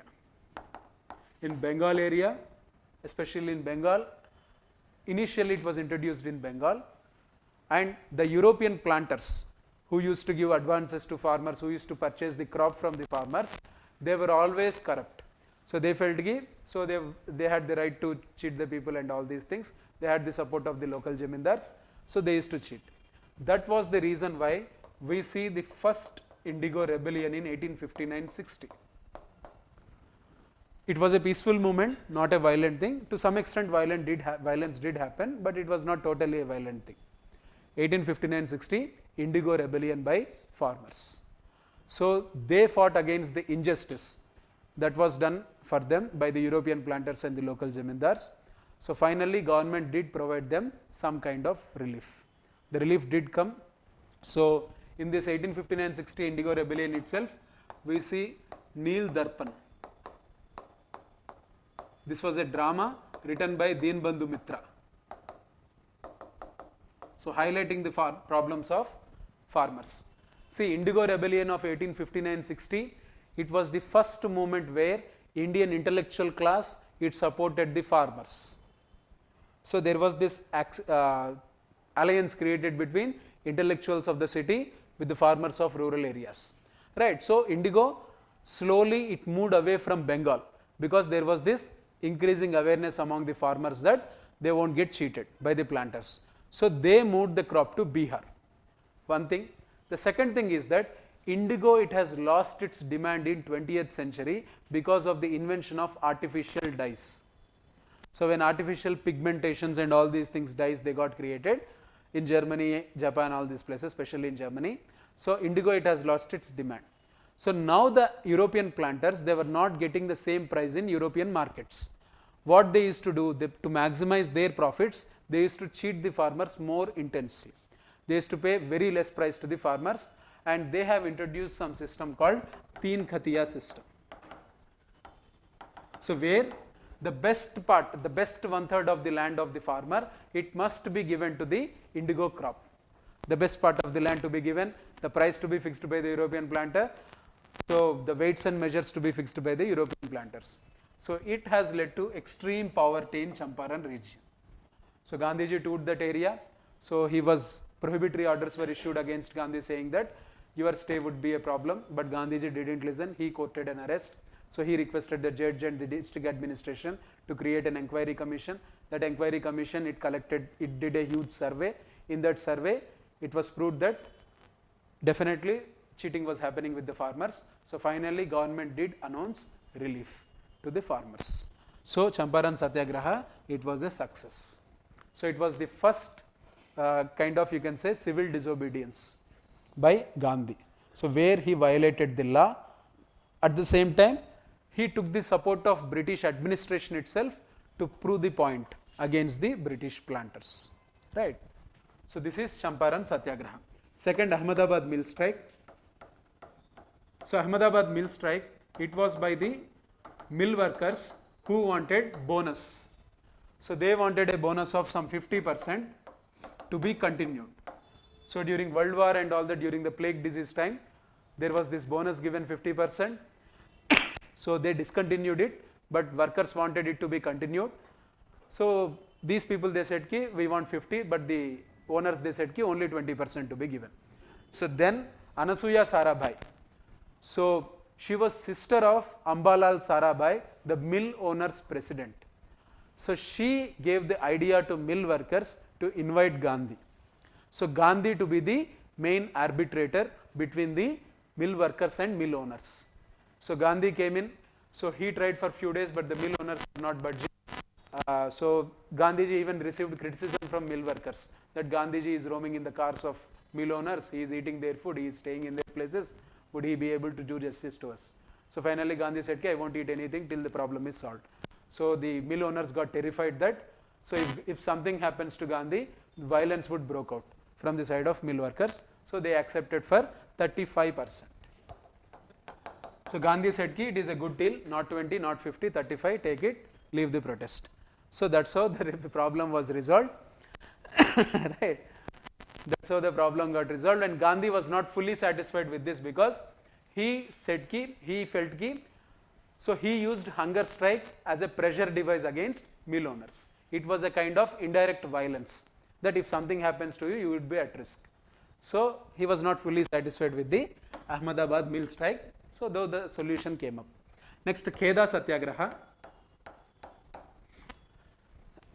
Kheda Satyagraha, it was the situation where Britishers were violating their own law. See, there was a British law that said that if the production of the year if it is less than some 30% or so, less than 40%, then the revenue collector should not collect the revenue from farmers. This was the law. But the revenue collectors, they were demanding the tax from the farmers in spite of low production in that particular district. So Gandhiji was invited. So Gandhi went, he fought against on behalf of farmers, but the issue didn't get resolved because the farmers' lands, they were confiscated by the British, and Gandhi asked them not to give up their cause of satyagraha, so till the issue is resolved. So some they got back their lands, but much of the land it remained with Britishers for a very long period.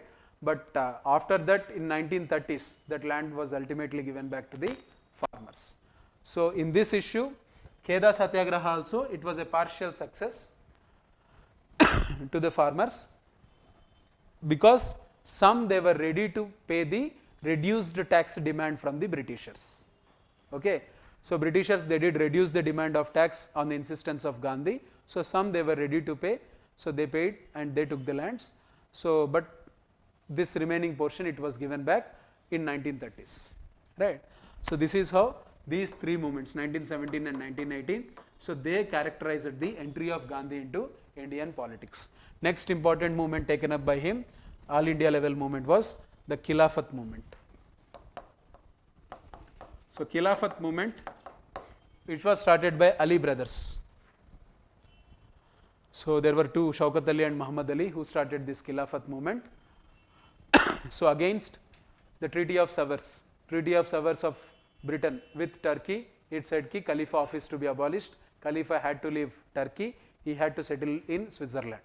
So he had to move away from Turkey, right. So this was again, so Muslims in India felt ki, in entire subcontinent, they felt ki this is an insult to Islamic Ummah. So that is Islamic world. So the protests were organized against this British decision. That movement was called as Khilafat movement. So Khilafat movement was organized. Later on, to this Khilafat movement, non-cooperation movement also got added. So to these things, the Jallianwala Bagh massacre thing got added. So Jallianwala Bagh massacre 1919, April 13. So the grievance of Jallianwala Bagh massacre, the Khilafat thing, so the Ralot Satyagraha oppression that was going on, all these things they got manifested into something called non-cooperation movement. NCM.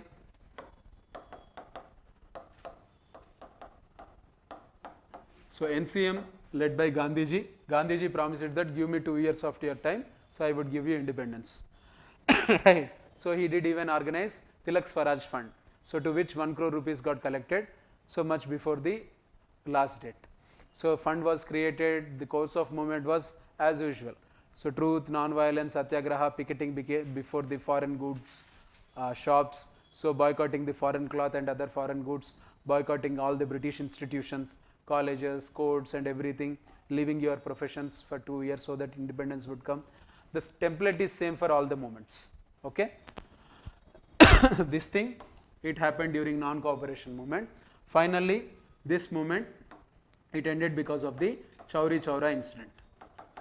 So Chauri Chaura incident in Gorakhpur district of Uttar Pradesh. So 22 policemen, they were killed, they were burnt down, they were hacked to death by an angry mob who got anger because of the unnecessary unprovoked police firing. So because of that, the movement did rise.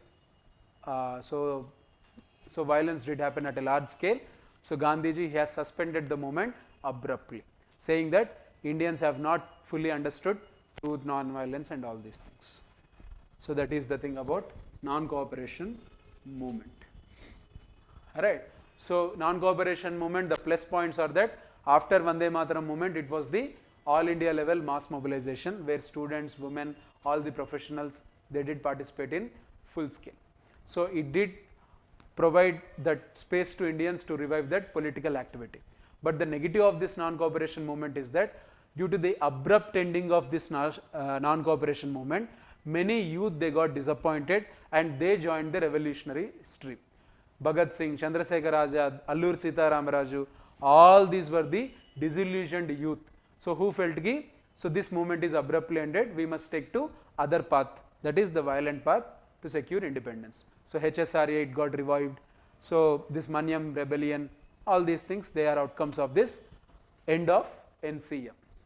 So after this, what we see is Congress Khilafat Swaraj Party, it was created, Khilafat Swaraj Party by Chittaranjan Das. Chittaranjan Das, Motilal Nehru, so Vittalbhai Patel, these people, they have created this Congress Khilafat Swaraj Party because these people, they were the pro-changers. Pro-changer group, no-changer group. So Gandhiji wanted to avoid the split within Congress Party. So he didn't want to repeat the situation of Surat split. So though the pro-changers got defeated in the Congress elections, but he allowed them to follow their idea of council entry. They wanted to enter into the provincial councils and central legislative council and to create awareness among the people, right? So he did allow them to do that. In that process, so Vittalbhai Patel, Motilal Nehru, they did enter the legislative council. So Chittaranjan Das, he became the mayor of Calcutta Council. Subhash Chandra Bose became his CEO, right? All these things, they did happen. So they did use these councils and corporations as effective means to further the idea of self-rule. So that did happen, but the problem was these people, they were heavily criticized, and these people, they have, some of them, they have even become reactionaries, right? Conservative people, these pro-changers. The no-changers group, Rajendra Prasad, Jawaharlal Nehru, so and others who were following Gandhi, so they continued with the constructive work concept. So constructive work concept is all about spreading the ideas of truth, non-violence, so national goods and all these things among villagers. So this is the thing. So that's how 1920s they did pass on. So finally 1930 to 1933 we see something called civil disobedience movement. Before this civil disobedience movement, so certain things like 1927 Simon Commission movement. So Simon Go Back movement, because this Simon Commission, it was created to review the 1919 Act and to give necessary recommendations, right? So but this Simon Commission had no single Indian member. Indians, they were expecting at least 1 or 2 Indian members, but there was none. So this was not acceptable to Indians, right? So finally Simon Commission, it came, it took proposals, recommendations from few organizations like Justice Party. So many organizations, they haven't met Simon Commission. So this happened later on. The other thing is the exercise by Congress Party to create a constitution under Motilal Nehru, the Nehru Committee report, right? So it was the exercise by Congress Party to create a constitution because the then Secretary of State, Lord Birkenhead, he gave a challenge to Congress Party, to Indians, that Indians can't create a constitution of which is acceptable to everyone in India. That is why we are taking up this role of making a constitution, right? So then Congress Party took this challenge, gave the responsibility to Nehru. Nehru did the work, he did consult all the parties, but this Nehru report, it was not acceptable to Muslim League, especially Muhammad Ali Jinnah, on one aspect, that is federal powers. So powers to central government versus powers to states. In this aspect, there were differences. Because of that Nehru report, it couldn't get all party consensus. So there it failed, right? There it failed. Next, in 1928 and 1929, there was heavy pressure on the Congress elders from the young leaders like Jawaharlal Nehru and Subhash Chandra Bose to take up the cause of full independence. No dominion status, nothing. We want full independence. So Gandhiji asked them to stay for 1 year. They did stay for 1 year. Nehru Committee report experiment did happen. It was a failed experiment to a great extent. Finally, in 1929, the Purna Swaraj resolution in Lahore session of the Congress, it was passed under the presidency of Nehru, right?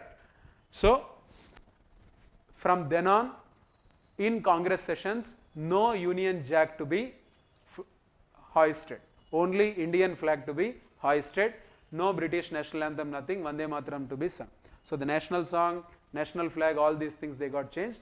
So Indians, for that Congress Party as such, it has declared complete independence, not dominion status, nothing, a republican democracy as its ideal, right? This was the thing. So next, immediately the launch of this civil disobedience movement. So salt satyagraha, with this the CDM got started. So Gandhi, he has sent 14 points to the then Viceroy asking him for resolution of these things. So Viceroy said, nothing doing, I won't accept all these things. So that's how the salt satyagraha got started. So salt was chosen as the ideal tool to protest against Britishers. So Dandi satyagraha, it did happen. Later on, satyagrahas, they were organized by leaders across the country. For example, Kelappan, he has taken the satyagraha in Malabar. Rajagopalachari, he has taken up the salt satyagraha thing in this thing, Vedaranyam area of Tamil Nadu. Rajagopalachari, he has taken it up. In Andhra, entire coast of Andhra, several leaders, they have taken up this salt satyagraha thing. So Prakasam, so Konda Venkatapaya, Dugirala Gopal Krishnaya, all these people, they have taken it up. Even in Bengal, it was done. So in all the coastal states, salt law, it was violated. In the non-coastal areas, right, so in Bihar, Chaukidari tax, it was opposed, right. In central India, the forest laws, they were opposed, right. So in this way, CDM, it took different forms in different provinces, and civil disobedience movement, it turned out to be bloody in northwest frontier provinces because of extreme brutalities committed by the British on Khudai Khidmatkars, or the red shirts, who were led by Khan Abdul Ghaffar Khan, frontier Gandhi, right. There the movement turned out to be very violent, because Khan Abdul Ghaffar Khan, he appealed to the Pathans, so to remain peaceful in the face of British brutalities. They remained peaceful, but still British, they did lot of brutalities. So looking at the brutalities of the British, one Indian army regiment, the Gadwal Rifles, so of Uttarakhand, so they rejected firing upon the Pathans. They said, these people, they are not doing anything, they are peaceful, why the hell are you asking us to fire? Then the British, they have disbanded that regiment, they have punished them also. So this northwest frontier province episode, it has become an important event in this entire CDM. So Mottam country oketaithe NWFT, it is a different scale, right. This is one thing, right. So later on, because of this CDM happening across the country, so invitation came to Gandhi to participate in the roundtable conferences. So Gandhi attended the second roundtable conference. First, many attended, but it was a failure because Congress party was the missing elephant. Without Congress party, no resolution, any discussion on India, it would be not fruitful, right. So Gandhi was invited, Gandhi went along with Sarojini Naidu, he participated alone in this meeting, but it couldn't yield any result because Congress party and the other members, even the British, they couldn't accept most of the things.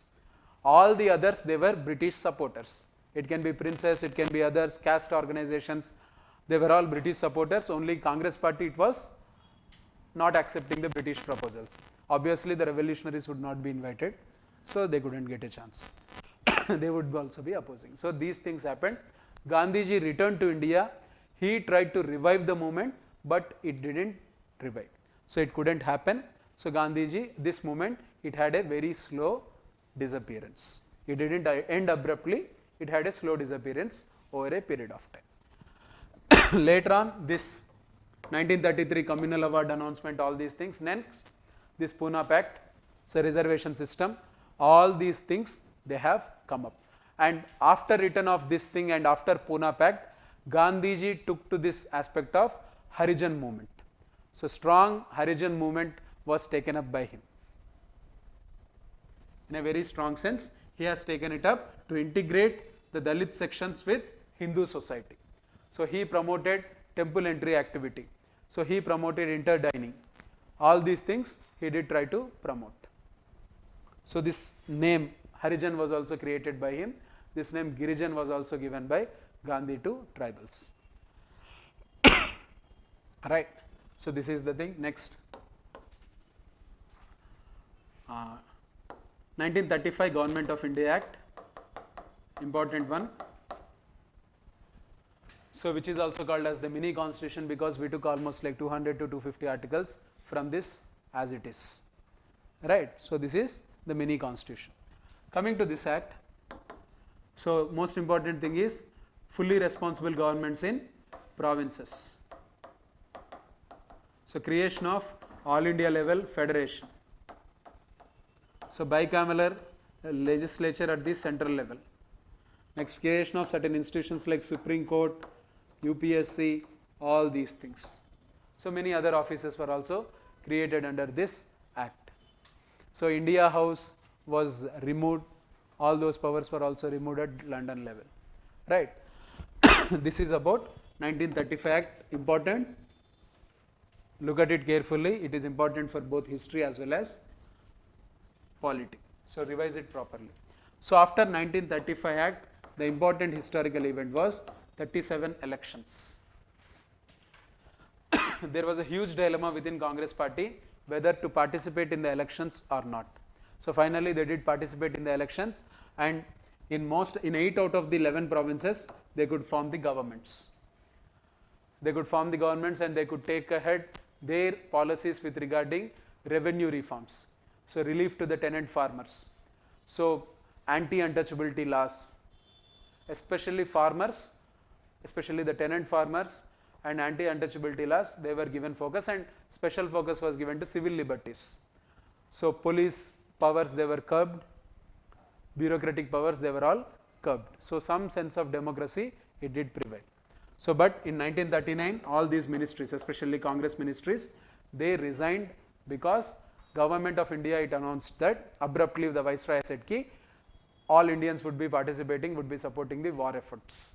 So that made Congress party feel ki, so it is of no use to stay in the government when it is war time period. They have not consulted us. Anyway, government would take up all the emergency related powers during war. So they have resigned. And Muslim League, it said that it is, what you can say, this was declared as Deliverance Day. Yeah. So it was declared as Deliverance Day by Muslim League. And 1940, so separate Pakistan resolution was passed by Muslim League in its Lahore session.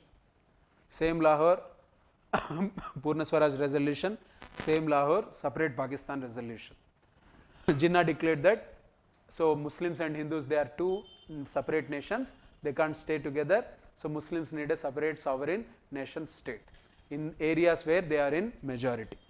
So this was declared in 1940. So next, 1942 Quit India movement. As precursor to Quit India movement, so individual satyagrahas, they were launched by these Congress party people, individual, at individual level. Vinoba Bhave, Jawaharlal Nehru, all these people, they used to call themselves as individual satyagrahis, right. So some kind of march towards Delhi, all these things they were planned.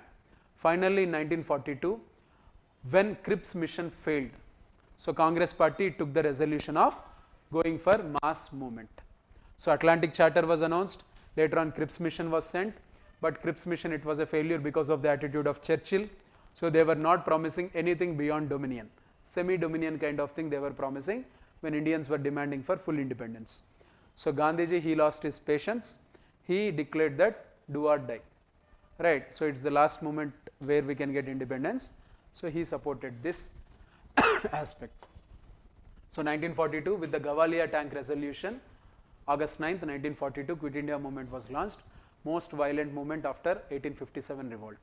So highest number of arrests, huge violence, destruction of public property and all these things. Usha Mehta secret radio, next this thing, so Aruna Safali, Jayaprakash Narayan, Sucheta Kriplani, all these people, they did underground activity, and independent governments, they were created in places like Satara.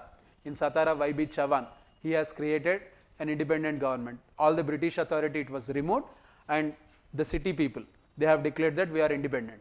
So Chintu Pandey in Balia, so there was this person, he declared ki Balia is now an independent area, so free of British control. Same thing happened with Tamluk in Bengal. So Tamluk, Balia, Satara, all these places, they declared independence from British rule, right.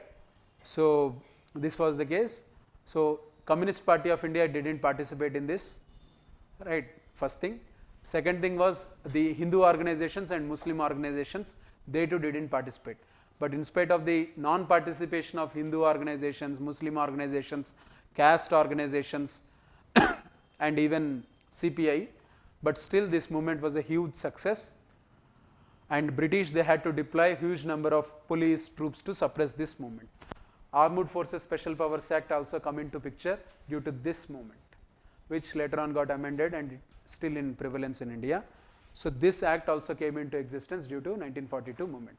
So it was heavily suppressed. Right, in 1945 onwards, things took a different turn. 1945, Churchill lost the elections, Attlee became the PM, Labour Party has come to power. Labour Party in its election manifesto itself, it has declared that they are going to give independence to India if they come to power. Right. So according to their manifesto, they started the process of giving independence. So discussions got intensified within India with regarding how the future to be. In this regard, now the activity got shifted between Congress Party and Muslim League. Right. So Congress Party and Muslim League.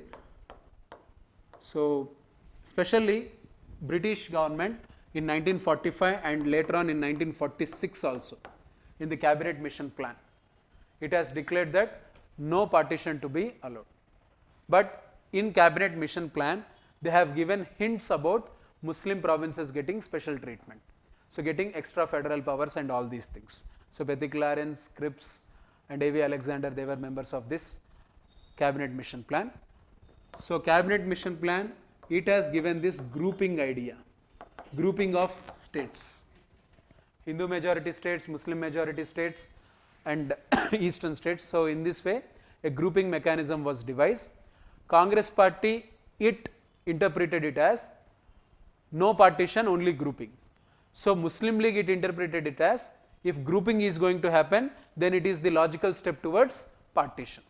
So this entire grouping of the states on communal lines, this was the problem created by Cabinet Mission Plan. They have rejected partition, at the same time they have done this grouping system, right, and they have created a loose federation. So some kind of federal government to be created at center. So when these things were happening, so there was Bhulabhai Desai Liaquat Pact. So Bhulabhai Desai Liaquat Pact was all about sharing the power between Muslim League and Congress Party. So 50-50 kind of thing. So they planned, but it didn't materialize. Next, it was Rajaji Formula by Rajagopalachari.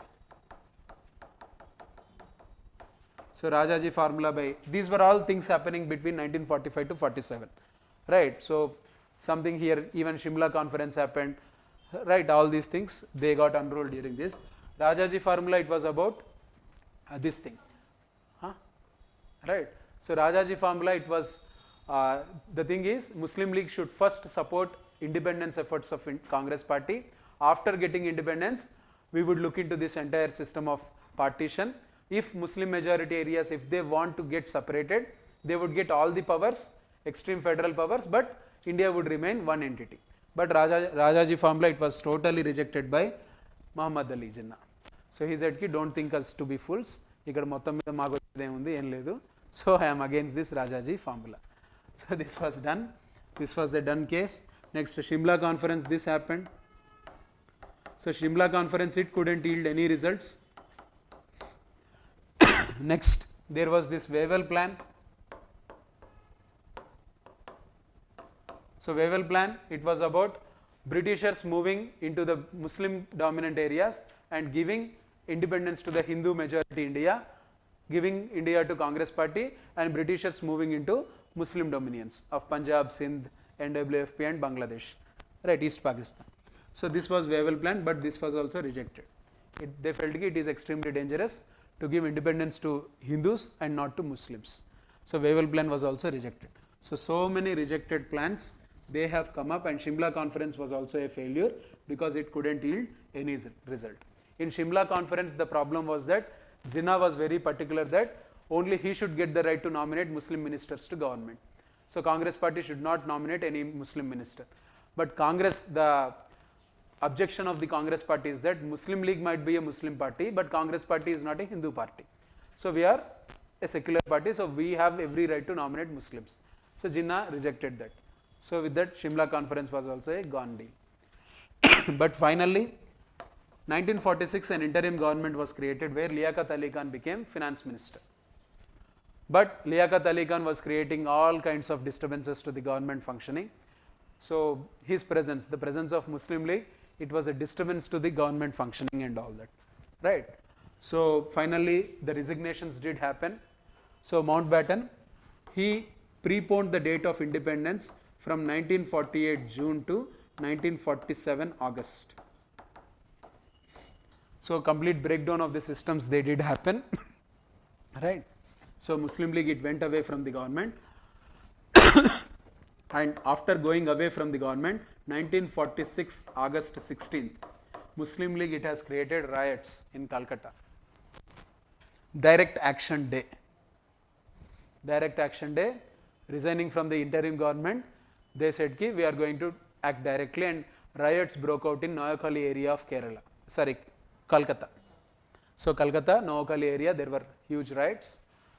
So this August 16th, it is known as the Day of Long Knives, right? Because so much of killings and all these things, they did happen, and this violence, it did spread throughout the country. 1946 August to 1947 August, even after August, this violence continued sporadically at full scale, right? So 1946 to 47, we might discuss anything, but the undercurrent theme was communal violence that was going on throughout the country. So after this, Direct Action Day announcement. So 1946 to 1947, there was this interim government led by Jawaharlal Nehru, right? So Mountbatten, he has announced the partition plan. Mountbatten plan, all these things came up. Next, India Independence Act. India Independence Act, and before that, the Radcliffe Commission. So Sir Cyril Radcliffe, Justice Sir Cyril Radcliffe, he was appointed as the head of the Boundary Commission. He was assisted by 2 Hindus and 2 Muslims.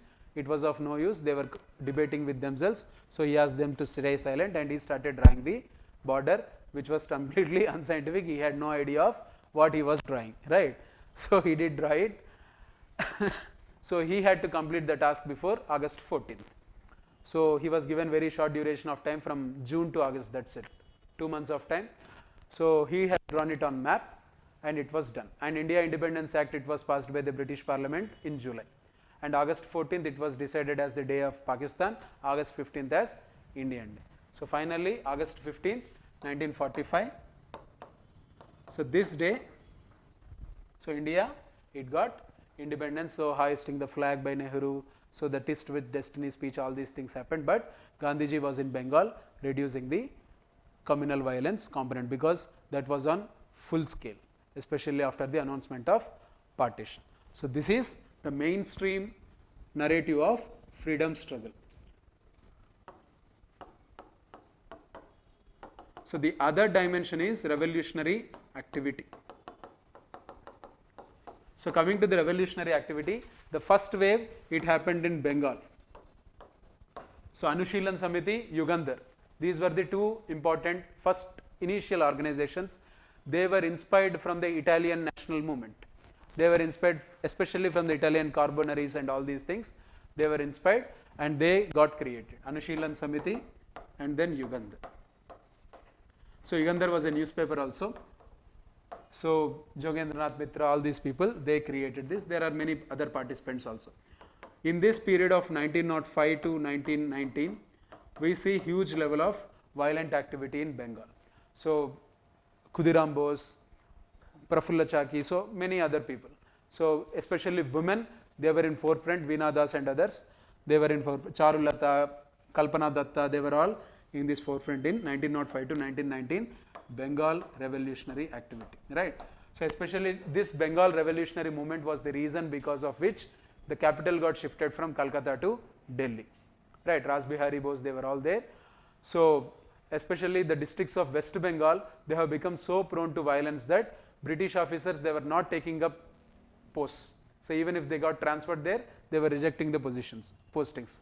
They were staying there because of this extreme violent component. Almost like it is said that 50 to 70 British officials got killed in this time period in Bengal alone, right? So in Maharashtra, if you look, it was mainly by Abhinav Bharat. So Abhinav Bharat, Savarkar brothers. So before Savarkar brothers, there was this Rand assassination by, who is that? Chapekar. So Rand assassination by Chapekar. So Britishers accused Tilak for it, right? So Tilak was accused of rising this revolutionary fervor in Maharashtra, because when Tilak got arrested in 1897, so the mill workers of Maharashtra, Bombay area, so they protested so violently that 16 people, they had to be killed in police firing. Next, this Rand assassination. Rand was the commissioner, plague commissioner. He was not treating people well. So Chapekar got frustrated and he killed him. So the article that inspired him was written by Tilak. So that's why Tilak got arrested under sedition charges. So this thing happened. Later, it was Abhinav Bharat by Savarkar brothers. So Savarkar, he did try to foment the rebellion in Maharashtra by smuggling pistols and other things from Europe, right? So this thing he did happen, he did do. So the Gwalior conspiracy case, Nasik conspiracy case, these two cases, they were against Savarkar and his followers, right? So Gwalior conspiracy and Nasik conspiracy cases. Abhinav Bharat. So India House in London, it was the center for all these revolutionaries. Shyamji Krishnavarma, he was an important participant in this India House, right? So he used to support Savarkar. Madame Kama, who was in London, she was also supporting Savarkar, all these people. So Abhinav Bharat and Savarkar, they were important revolutionaries. So Savarkar, he wrote so much of revolutionary content. He got jailed in Andaman, all these things. You know, later on he got shifted to Ratnagiri jail.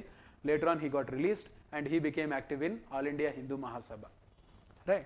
So this is in Maharashtra. Next, the second wave of revolutionary activity, it was by HRA or HSRA. So Hindustan Republican Army, it got renamed as Hindustan Socialist Republican Association to avoid the British eye. So Raj Bihari Bose, especially Sachindranath Sanyal. So Sachindranath Sanyal, he was like the guru for all these revolutionaries. He has written this book Bandi Jeevan.